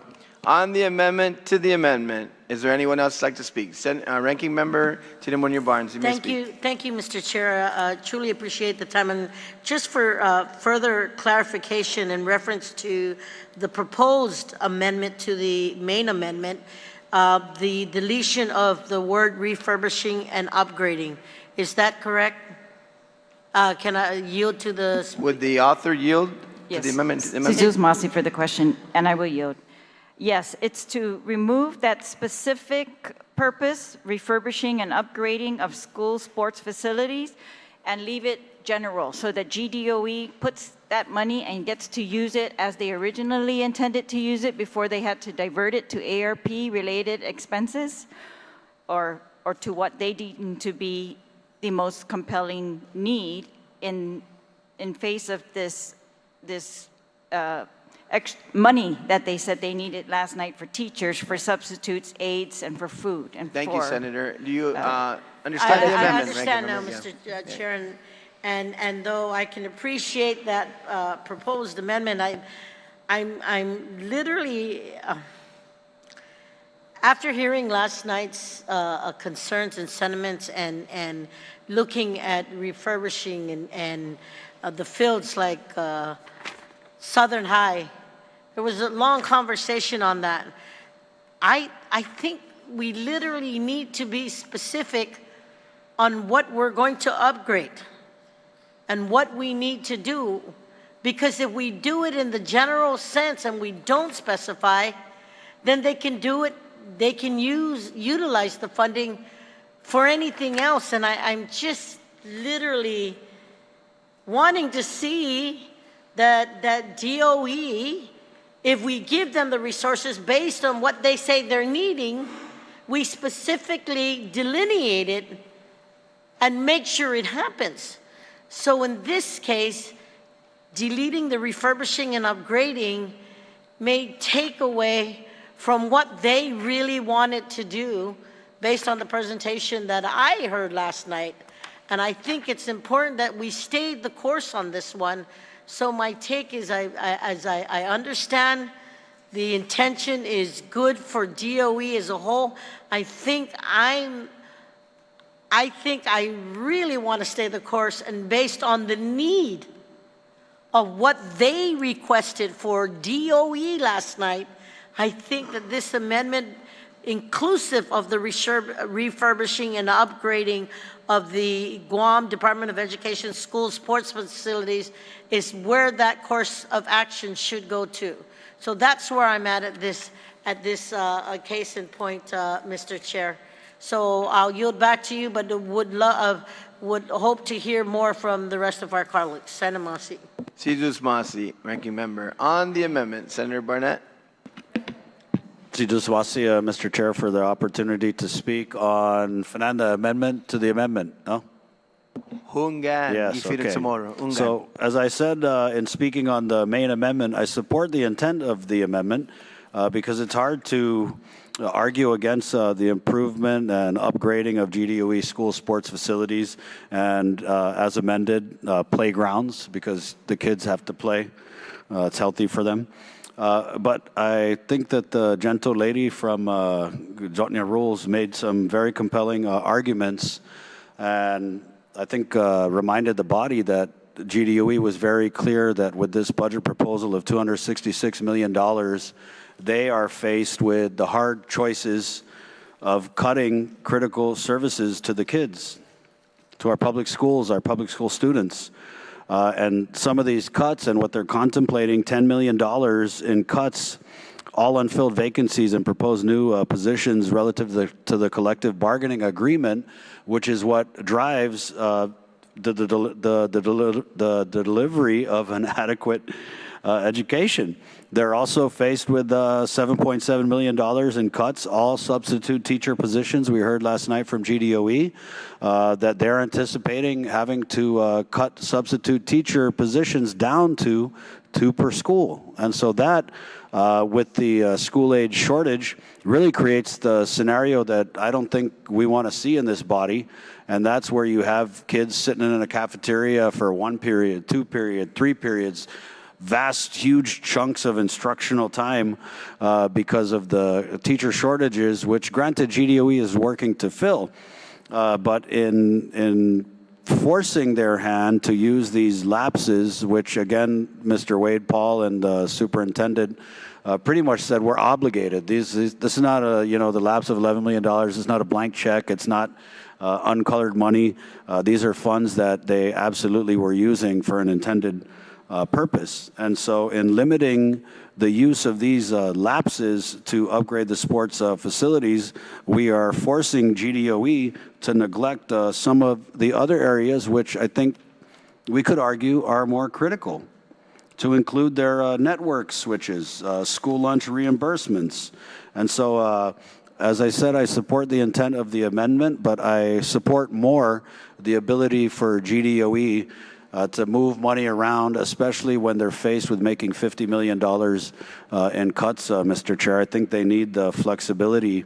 As they said last night, they're very creative in how they move their pots of money around to cover expenses, whether they're expected or unexpected. And so I stand in support of the amendment, and I think if we really think about it, we are unhandcuffing GDOE, not to say don't upgrade and refurbish the school sports facilities, because there's absolutely nothing that would stop them from doing that, even if we pass this amendment as amended, because the amendment would read that they're going to use these funds for the purposes of the Guam Department of Education. And so whether that's to fill CBA positions or to ensure that our kids continue to get a free lunch, or if it's to ensure that principals have funds to make spot repairs at the schools, or if it's to ensure that your child has a substitute teacher in case there's a teacher vacancy, or in case the retired teacher who's hired to fill in is out sick, Mr. Chair. And so, again, I want to give GDOE the flexibility. You know, there are priorities within the department that I absolutely support in saying, hey, no, you got to maintain the schools. You can only use this money to do that, to hire maintenance staff. But I think GDOE needs the freedom to move the money around, especially with these lapses, Mr. Chair. And that's kind of one of the first things I learned when we got in here, you know, in my first budget season. Lana, the phone was ringing off the hook with all the agencies like, hey, can you do an amendment to make sure we keep our lapses? And as we heard last night, they need that authorization to be able to spend these lapses, which, as I said earlier, are already pretty much obligated. And so thank you, Mr. Chair, for the opportunity to rise in support of the amendment, And I again ask my colleagues to consider that we are allowing GDOE the freedom and the ability to use this money where they see fit, how they see fit, but that doesn't mean they can't use it to upgrade sports facilities or get some playground equipment for our elementary school kids. Si Diyos masi, Mr. Chair. On the amendment to the amendments, Senator Joe. Thank you, Mr. Chairman. You recognize.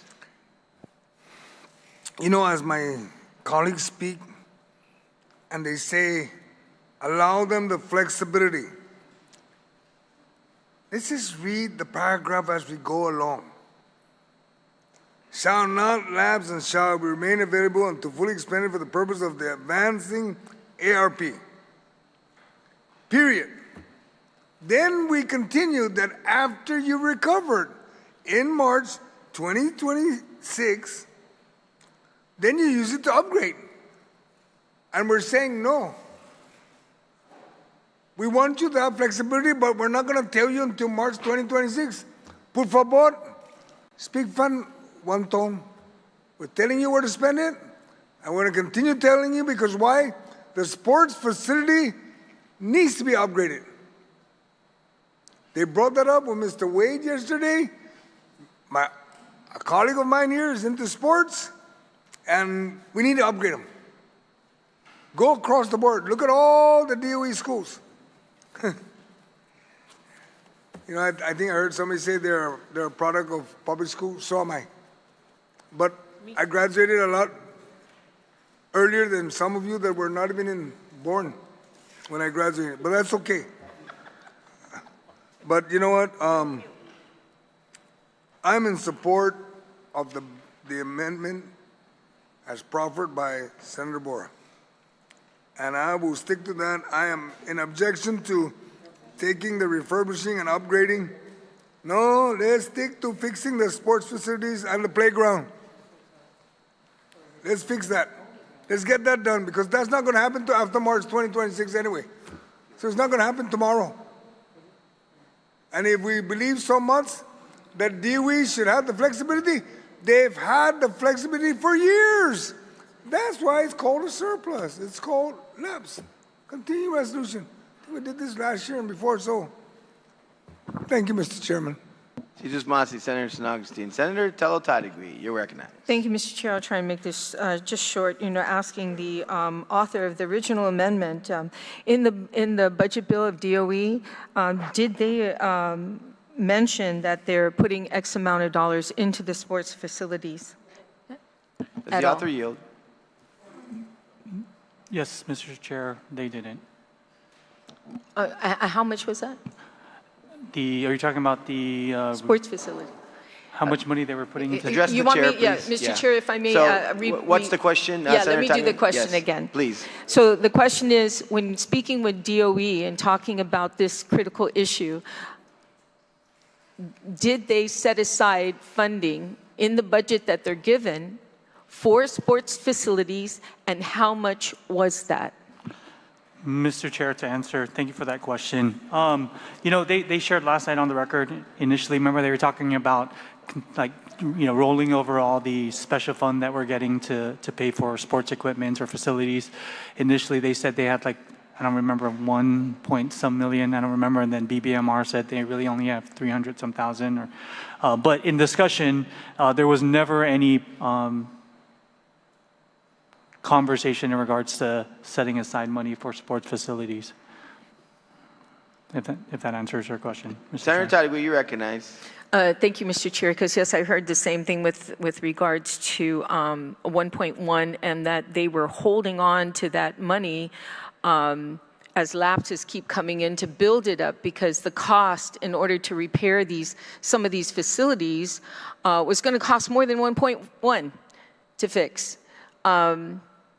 Now, I support the first part of this amendment. I think it's a great idea because, one of the questions I asked was our funding and how are we addressing it, and that's when we found out they were using lapses to cover the reimbursement for it. But, the second part, I really don't want to micromanage, but then my colleagues in the last, since I've been in this legislature, we saw what's been going on. I mean, we've gone through how many superintendents, since I've been in the legislature in the 35th.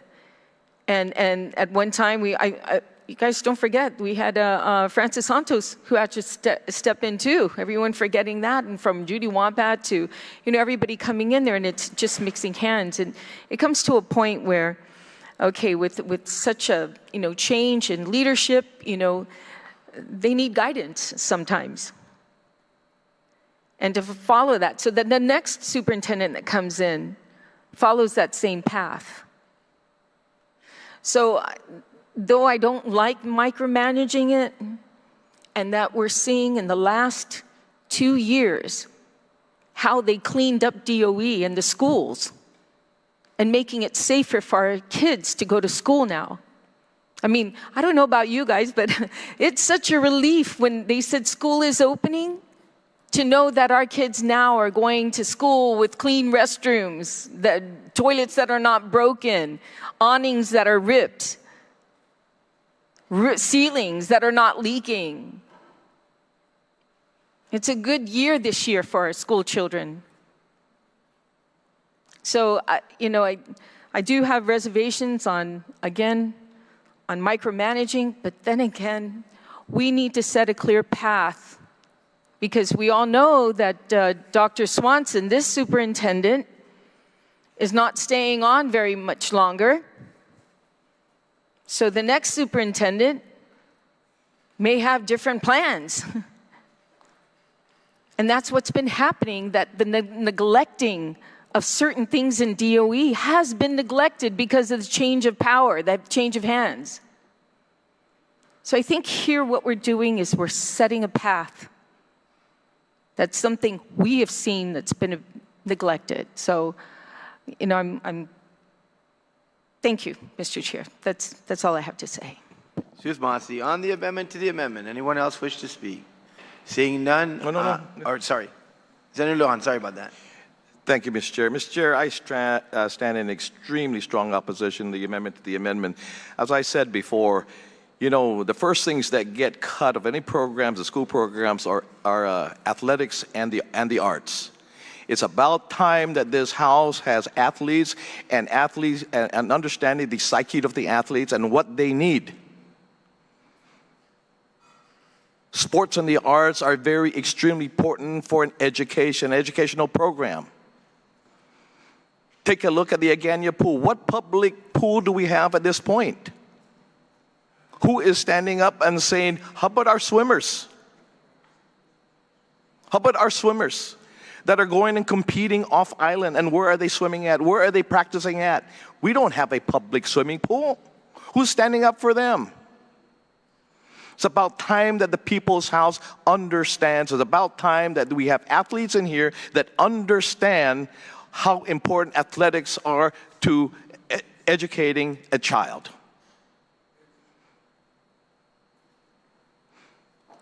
So I encourage my colleagues to please, again, when you're thinking of education, think of holistic education.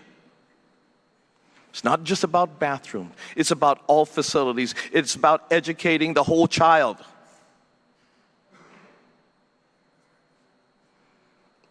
And in some instances, families are not able to pay their students' way, their child's way to college, and the only way that that's done is through athletics. And our students in Guam have that opportunity now. More and more we're seeing. But if we let these facilities go to the wayside and say that it's not an integral part, it's because maybe you can't afford to have your kids go to college out of your own paychecks, your own pockets. But how about the families that don't?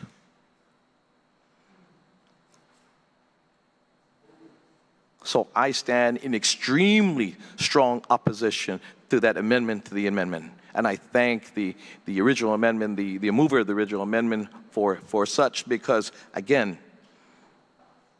it's about time that our public school athletes have a voice in this House.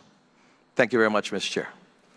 Senator Guåhan. On the main amendment, Senator Parkinson, you're ready. Recognize. Thank you, Mr. Chair. I rise in support of this amendment because I don't see these purposes being in conflict with each other.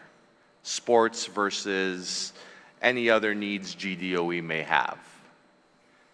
For me, they're under the same umbrella, and the thing I think about is, and I hope we never have to go through this again, is, you know, there have been instances federal funds have not been spent at a quick enough rate, and monies have had to be given back. And so what I hope is that a mechanism like this just opens up flexibility so that if some monies are not encumbered or used at a quick enough speed, we could potentially appropriate it somewhere else without the risk of losing it. I love school athletics. I was basically raised on the basketball courts of Guam, whether they had nets or no nets. I was a student athlete at George Washington, and I was there when Pong Sonwa made it so that we couldn't play basketball on the hardwood court. My senior year, I had to drive all the way to the Dedido Sports Complex to have our home games and practice. When I was in middle school, my school blew down, and I had to play sports at an all-new school while doing double session. It was quite something being a middle school kid, going to school till 5:30, practicing till 7:30, and basically being home by 8:30. I felt like a grown person working a job the way the schedule was. But as a student athlete, I made do. They have the ability to move, and they got their health, and they got the know-how to find ways to practice. Kids that want to practice will find ways to practice, and I appreciate that. And why I'm open to this amendment and to this change is because there's been discussions about elevators and how that for years they have been put to the wayside. And so I would like the flexibility for things to potentially help some of our more special needs students if the opportunity is there, because spending couldn't be done quick enough. This bill is not trying to put parts of the Department of Education against each other. It's just opening up flexibility so that there can be cooperation where it can be most efficient and most needed. I've always had a very soft spot for those who lack the mobility. And so I think something like elevators and stuff do need some attention. It was really shocking to me to hear some of the questioning that showed that, you know, these things have been neglected for more than 10 years. That's more than 10 years. Entire generations of people who needed that extra access didn't have it. And so while I hear the lamentation that sports is often one of the first things cut, that's true. But sometimes also is some of our special needs kids are the ones that get cut. And that's not right either. And so I appreciate this amendment for offering that flexibility, because it's only really recently that this body has began pushing for upgrades to ADA compliance. That was one of my signature legislations last term, and I thank this body for supporting me in that effort. But legislation alone is not enough. We need to support that effort with actual material resources to accomplish that mission. We will have a better picture for what that will require once their audit is done.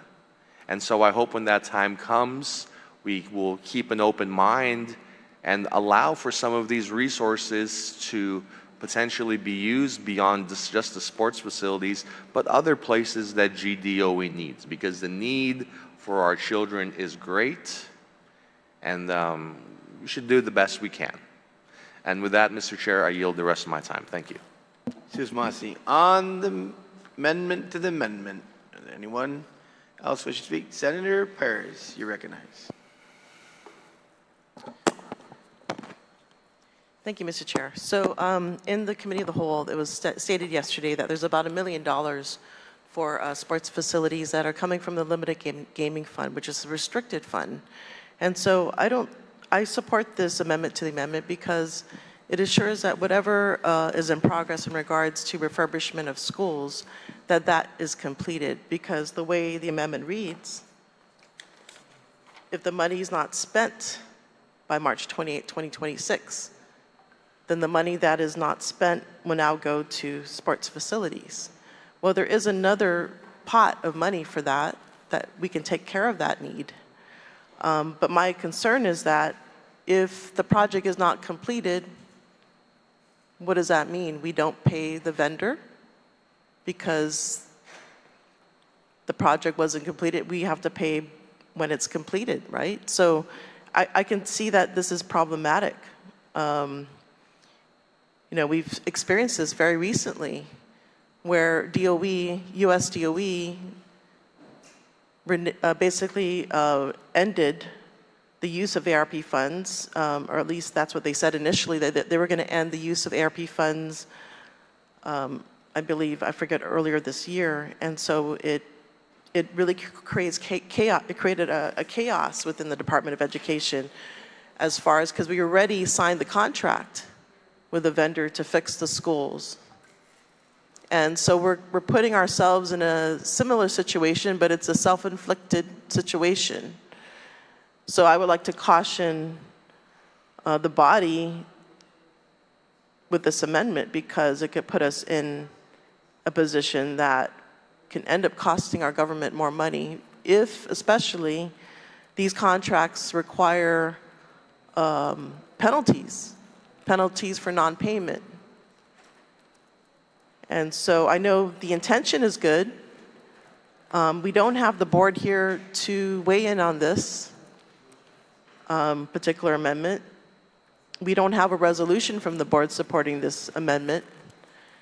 And I think maybe we could probably put this aside before we get full, any kind of a consultation for now. I think this is something that is worth pursuing. So I think that's what my motion at this time is, to set it aside until we get confirmation from the board. The board is meeting, by the way, next week, Tuesday. So is that a motion? Yes, Mr. Chair. On the Perez motion to set this aside, Objection, Mr. Chair. there's been an objection. All in favor of setting the motion aside, please indicate by raising your hand. Motion fails. You may continue, Senator Perez. Yeah, so again, let's play this safe. What is the harm in allowing this amendment to the amendment through in case there are unintended consequences of not allowing the money to pay a vendor, which the project has not yet been completed by March 28, 2026. The other question I have is, what are the rules of American Rescue Plan? Maybe this is a question for the proffer of the amendment. Do you know what the rules are when money is not spent? Is there really a continuing appropriation at this point? Does the author yield? Yes, Mr. Chair, thank you for that question. The ARP money, they have, the liquidation date is March 2026. So at that point, it has to be spent or we lose it. GDOE loses it. So again, back to, to this amendment really is, right now, there isn't an account specific or a specific set of funds to pay for ARP. So this is just saying, use the lapse. We're going to allow you to, we're going to lapse these funds and use it to pay for ARP, set it aside for ARP, and then anything after that. But it has to be completed by March 2026, which is the commitment from GDOE maintenance as well. Senator Perez. Okay, so what I heard was that there may not be any continuing appropriation because this is federal funds. They have to be liquidated by March 28, 2026. Is that correct? Senator Borha, do you yield? That is correct, but remember, this is reimbursement. So we're paying with local funds that they've set aside. And then at the end, there will be, there should be 11 because we're saying the lapses are set aside for ARP. They'll pay it, and at the end, we get whatever's, whatever the last invoice that gets reimbursed. That sum should be 11 million, which is the lapse funds. Okay, so there doesn't seem to be a continuing appropriation then. Senator Perez, do you still have time? Yeah, so to me, there's no continuing appropriation. They're just reimbursed for a project.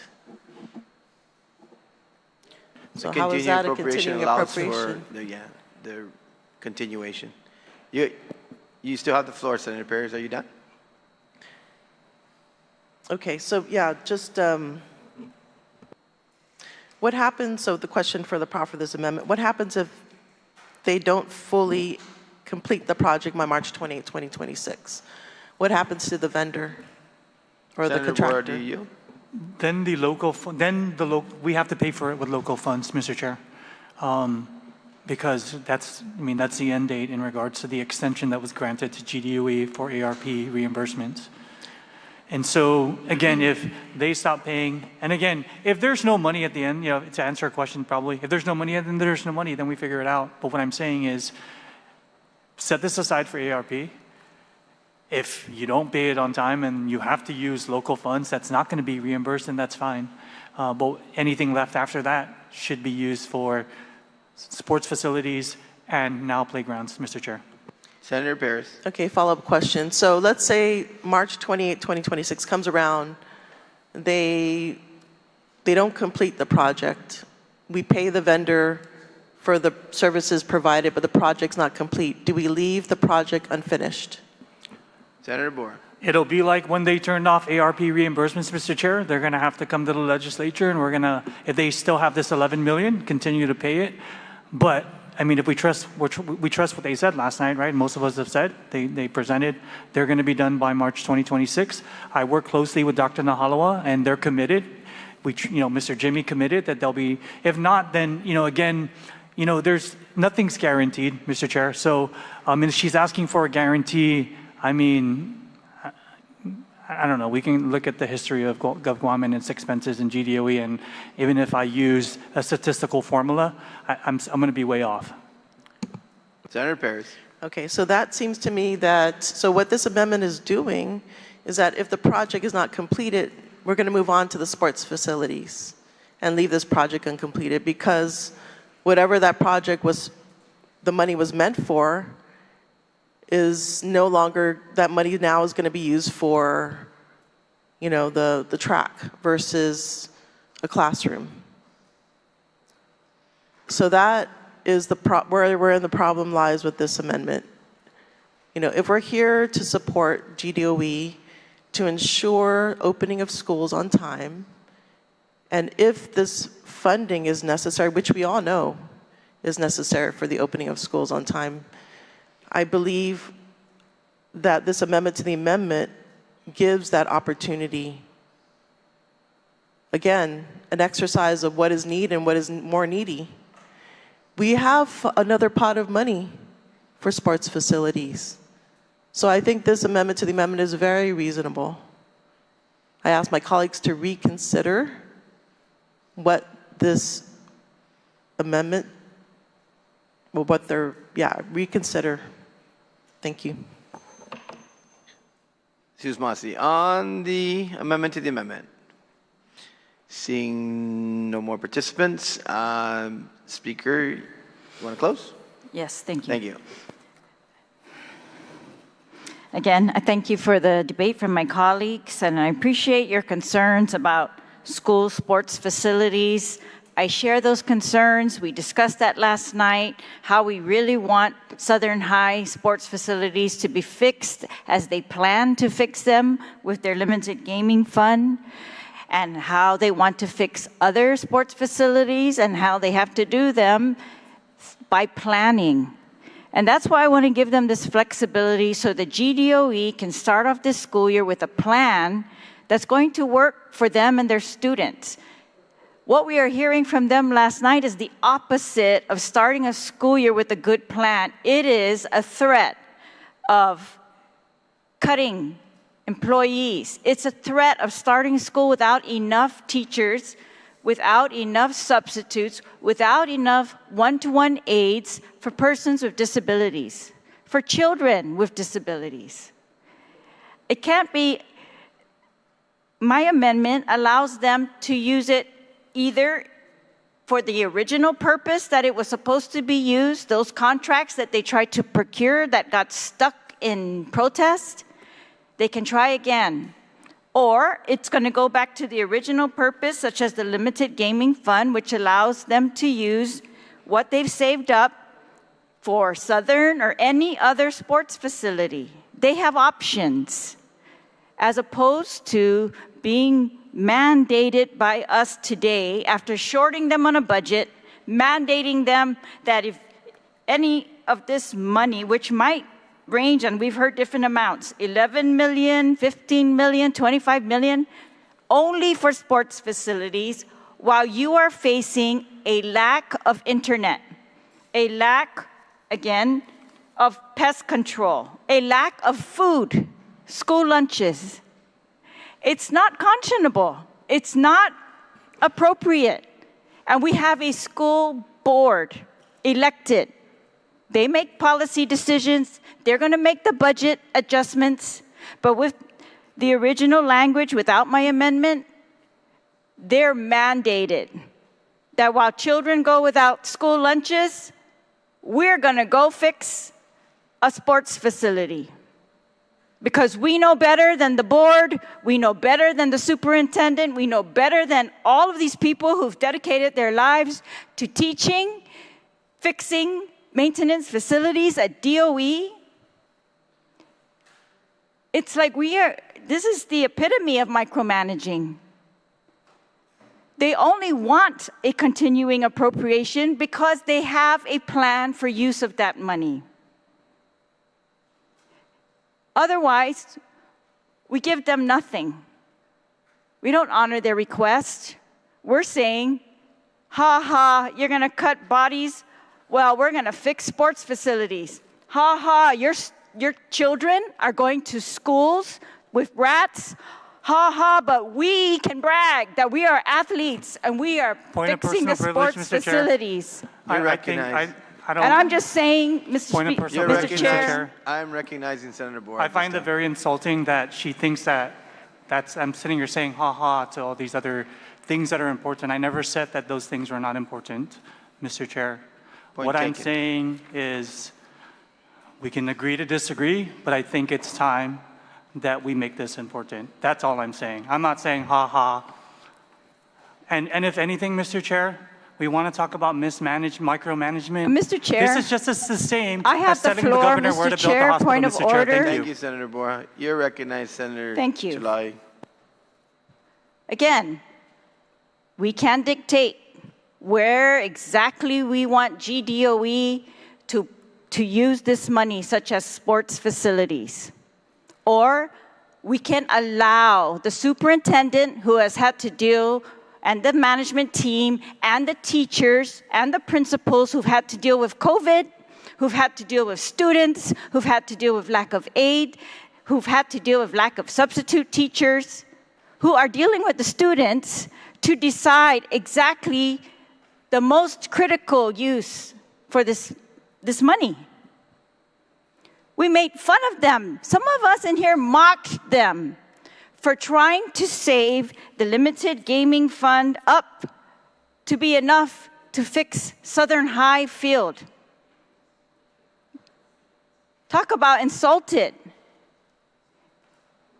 I think they were very insulted that we laughed at their plan to fix Southern, and now we want to come in and say, this is the only thing you can do is fix a sports facility, while we short you on this entire list of things that they gave us. Again, it's just unbelievable.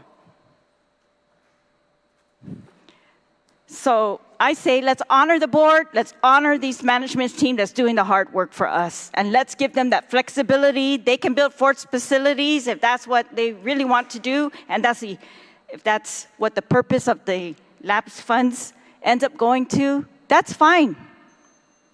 But let's give them the flexibility and that respect. Thank you, Senator July. Yeah, and Wade Paul also said he's going to give equipment Chair? and stuff to because that's what limited gaming can do Chair? too. On the amendment, there's been an objection. All in favor of the amendment, please indicate by raising your hand. Amendment to the amendment. Amendment fails on the main amendment. Seeing no one on the main amendment. If I still had the floor, Mr. Chair, then on that main amendment, I completely support a continuing appropriation to DOE, but I say tying their hands with it, it's not appropriate. But we do want them to be able to use it for the ARP. That was the plan they came up with. But now we want to supersede their plan. So it's good. The amendment gives them a continuation to use the money for the ARP. But after that, they're not able to go back and get the procurements that they were trying to get, or to do any of the purposes that we've shorted them on.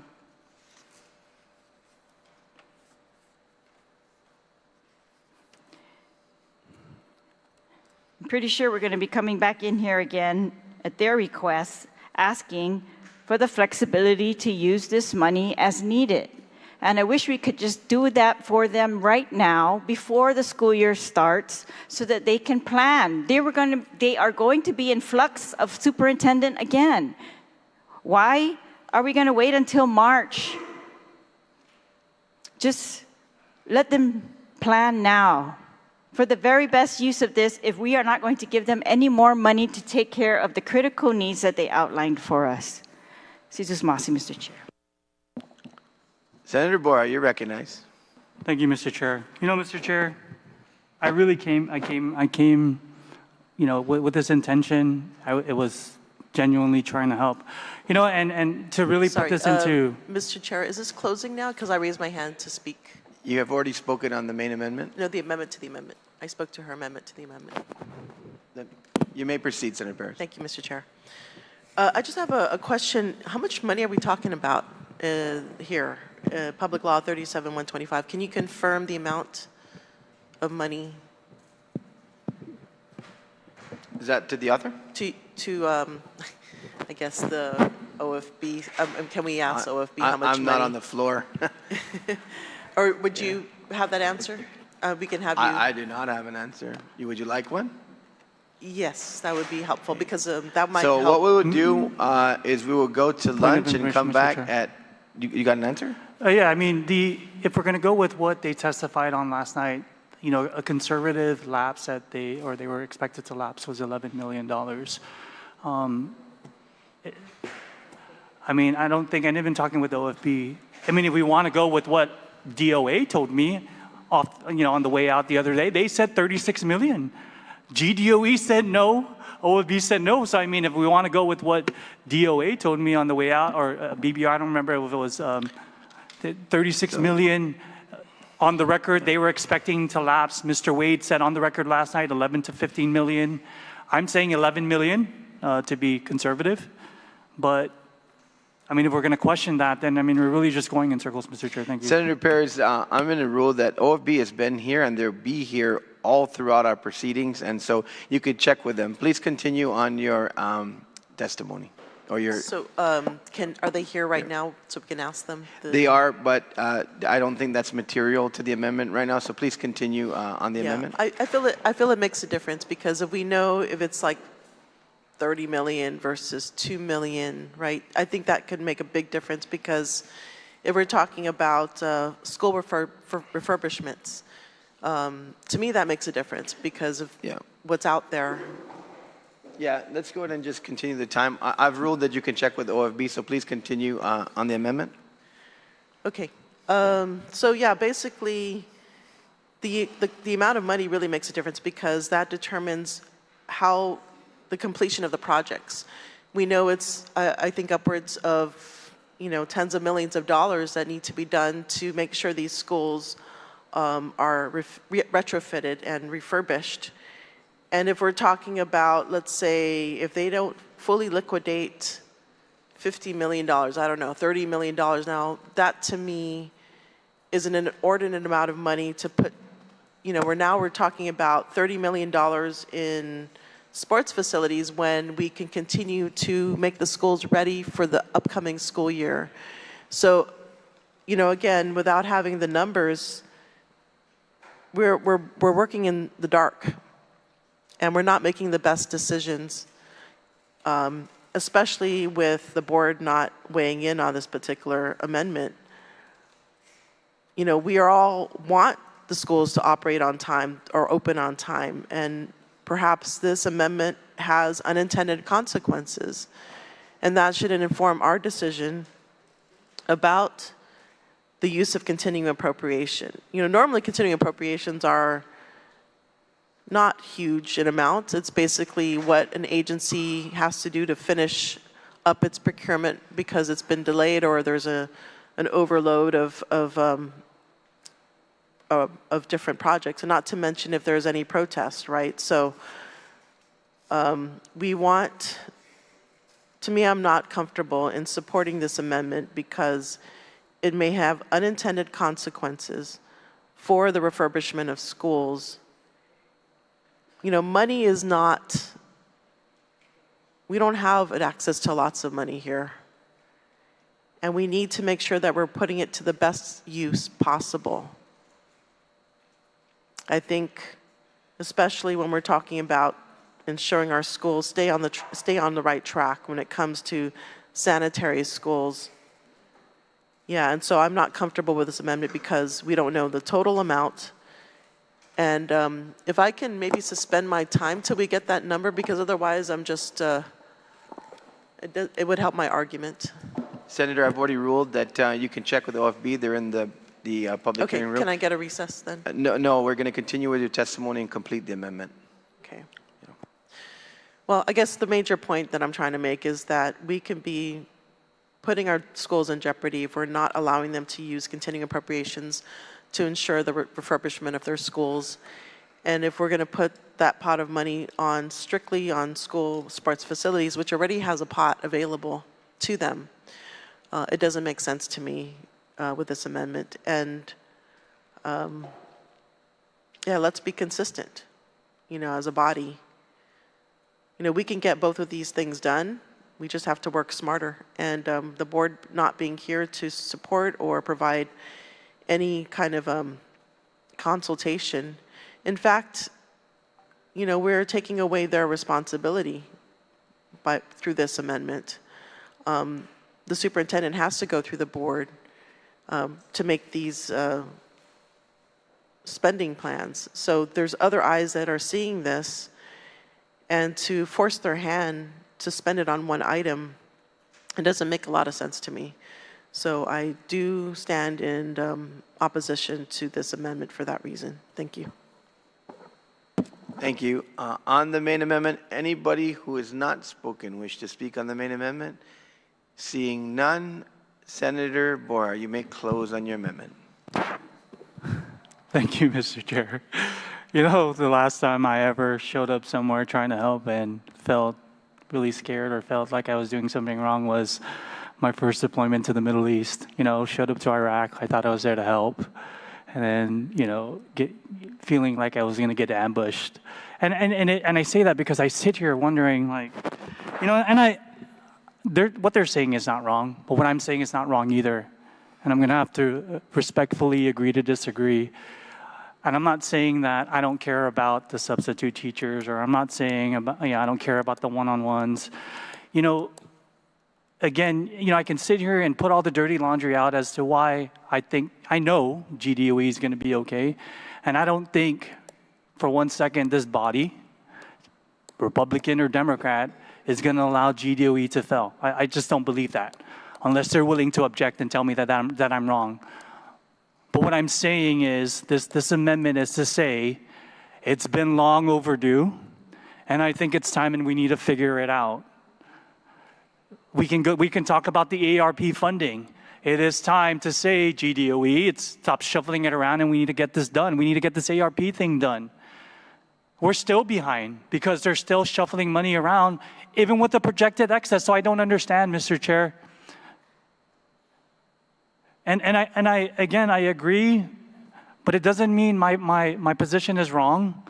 I'm just saying that it is time, and I ask my colleagues to support this amendment, this is not even about me, because I coach middle school. The students we don't train for cross country or track and field. To repeat, we train track and field on the concrete. If anybody, if you're a runner, running on concrete, sprinting too. It's not efficient to train to become a good athlete on concrete. So this is not about me and the team that I coach every single year. This is about the high school students that have been running on these ragged tracks. This is about the students that Southern didn't have a gym, and that's the newer high school compared to GW. Sanchez is, their school is done. So this is my position is we just need to do something, and we need to do something now. I'm not saying it's important because I'm saying finish refurbishing all those other schools, but I'm saying we need to try something. And again, it's March 2026. They'll know before that, way in advance. And if we need to go and amend this to redirect that, I'm open to that, Mr. Chair. I'm not saying that this is it and you have to deal with it, but I'm saying I'm asking the body to take this position with me, and let's fix these schools with money left over. Thank you, Mr. Chair. On the Borha amendment, there has been an objection. All in favor of the Borha amendment, please indicate by raising your hand. 1, 2, 3, 4, 5, 6, 7, 8. Amendment passes. Colleagues, we have about two. Actually, this is bad, this is bad. We have two more amendments by the time we get back, and we'll be done with education. So we'll come back at 2 o'clock and continue all the way until 5:30, and then we will go for a dinner, and then we'll be back in the evening. Enjoy your lunch. We are in recess.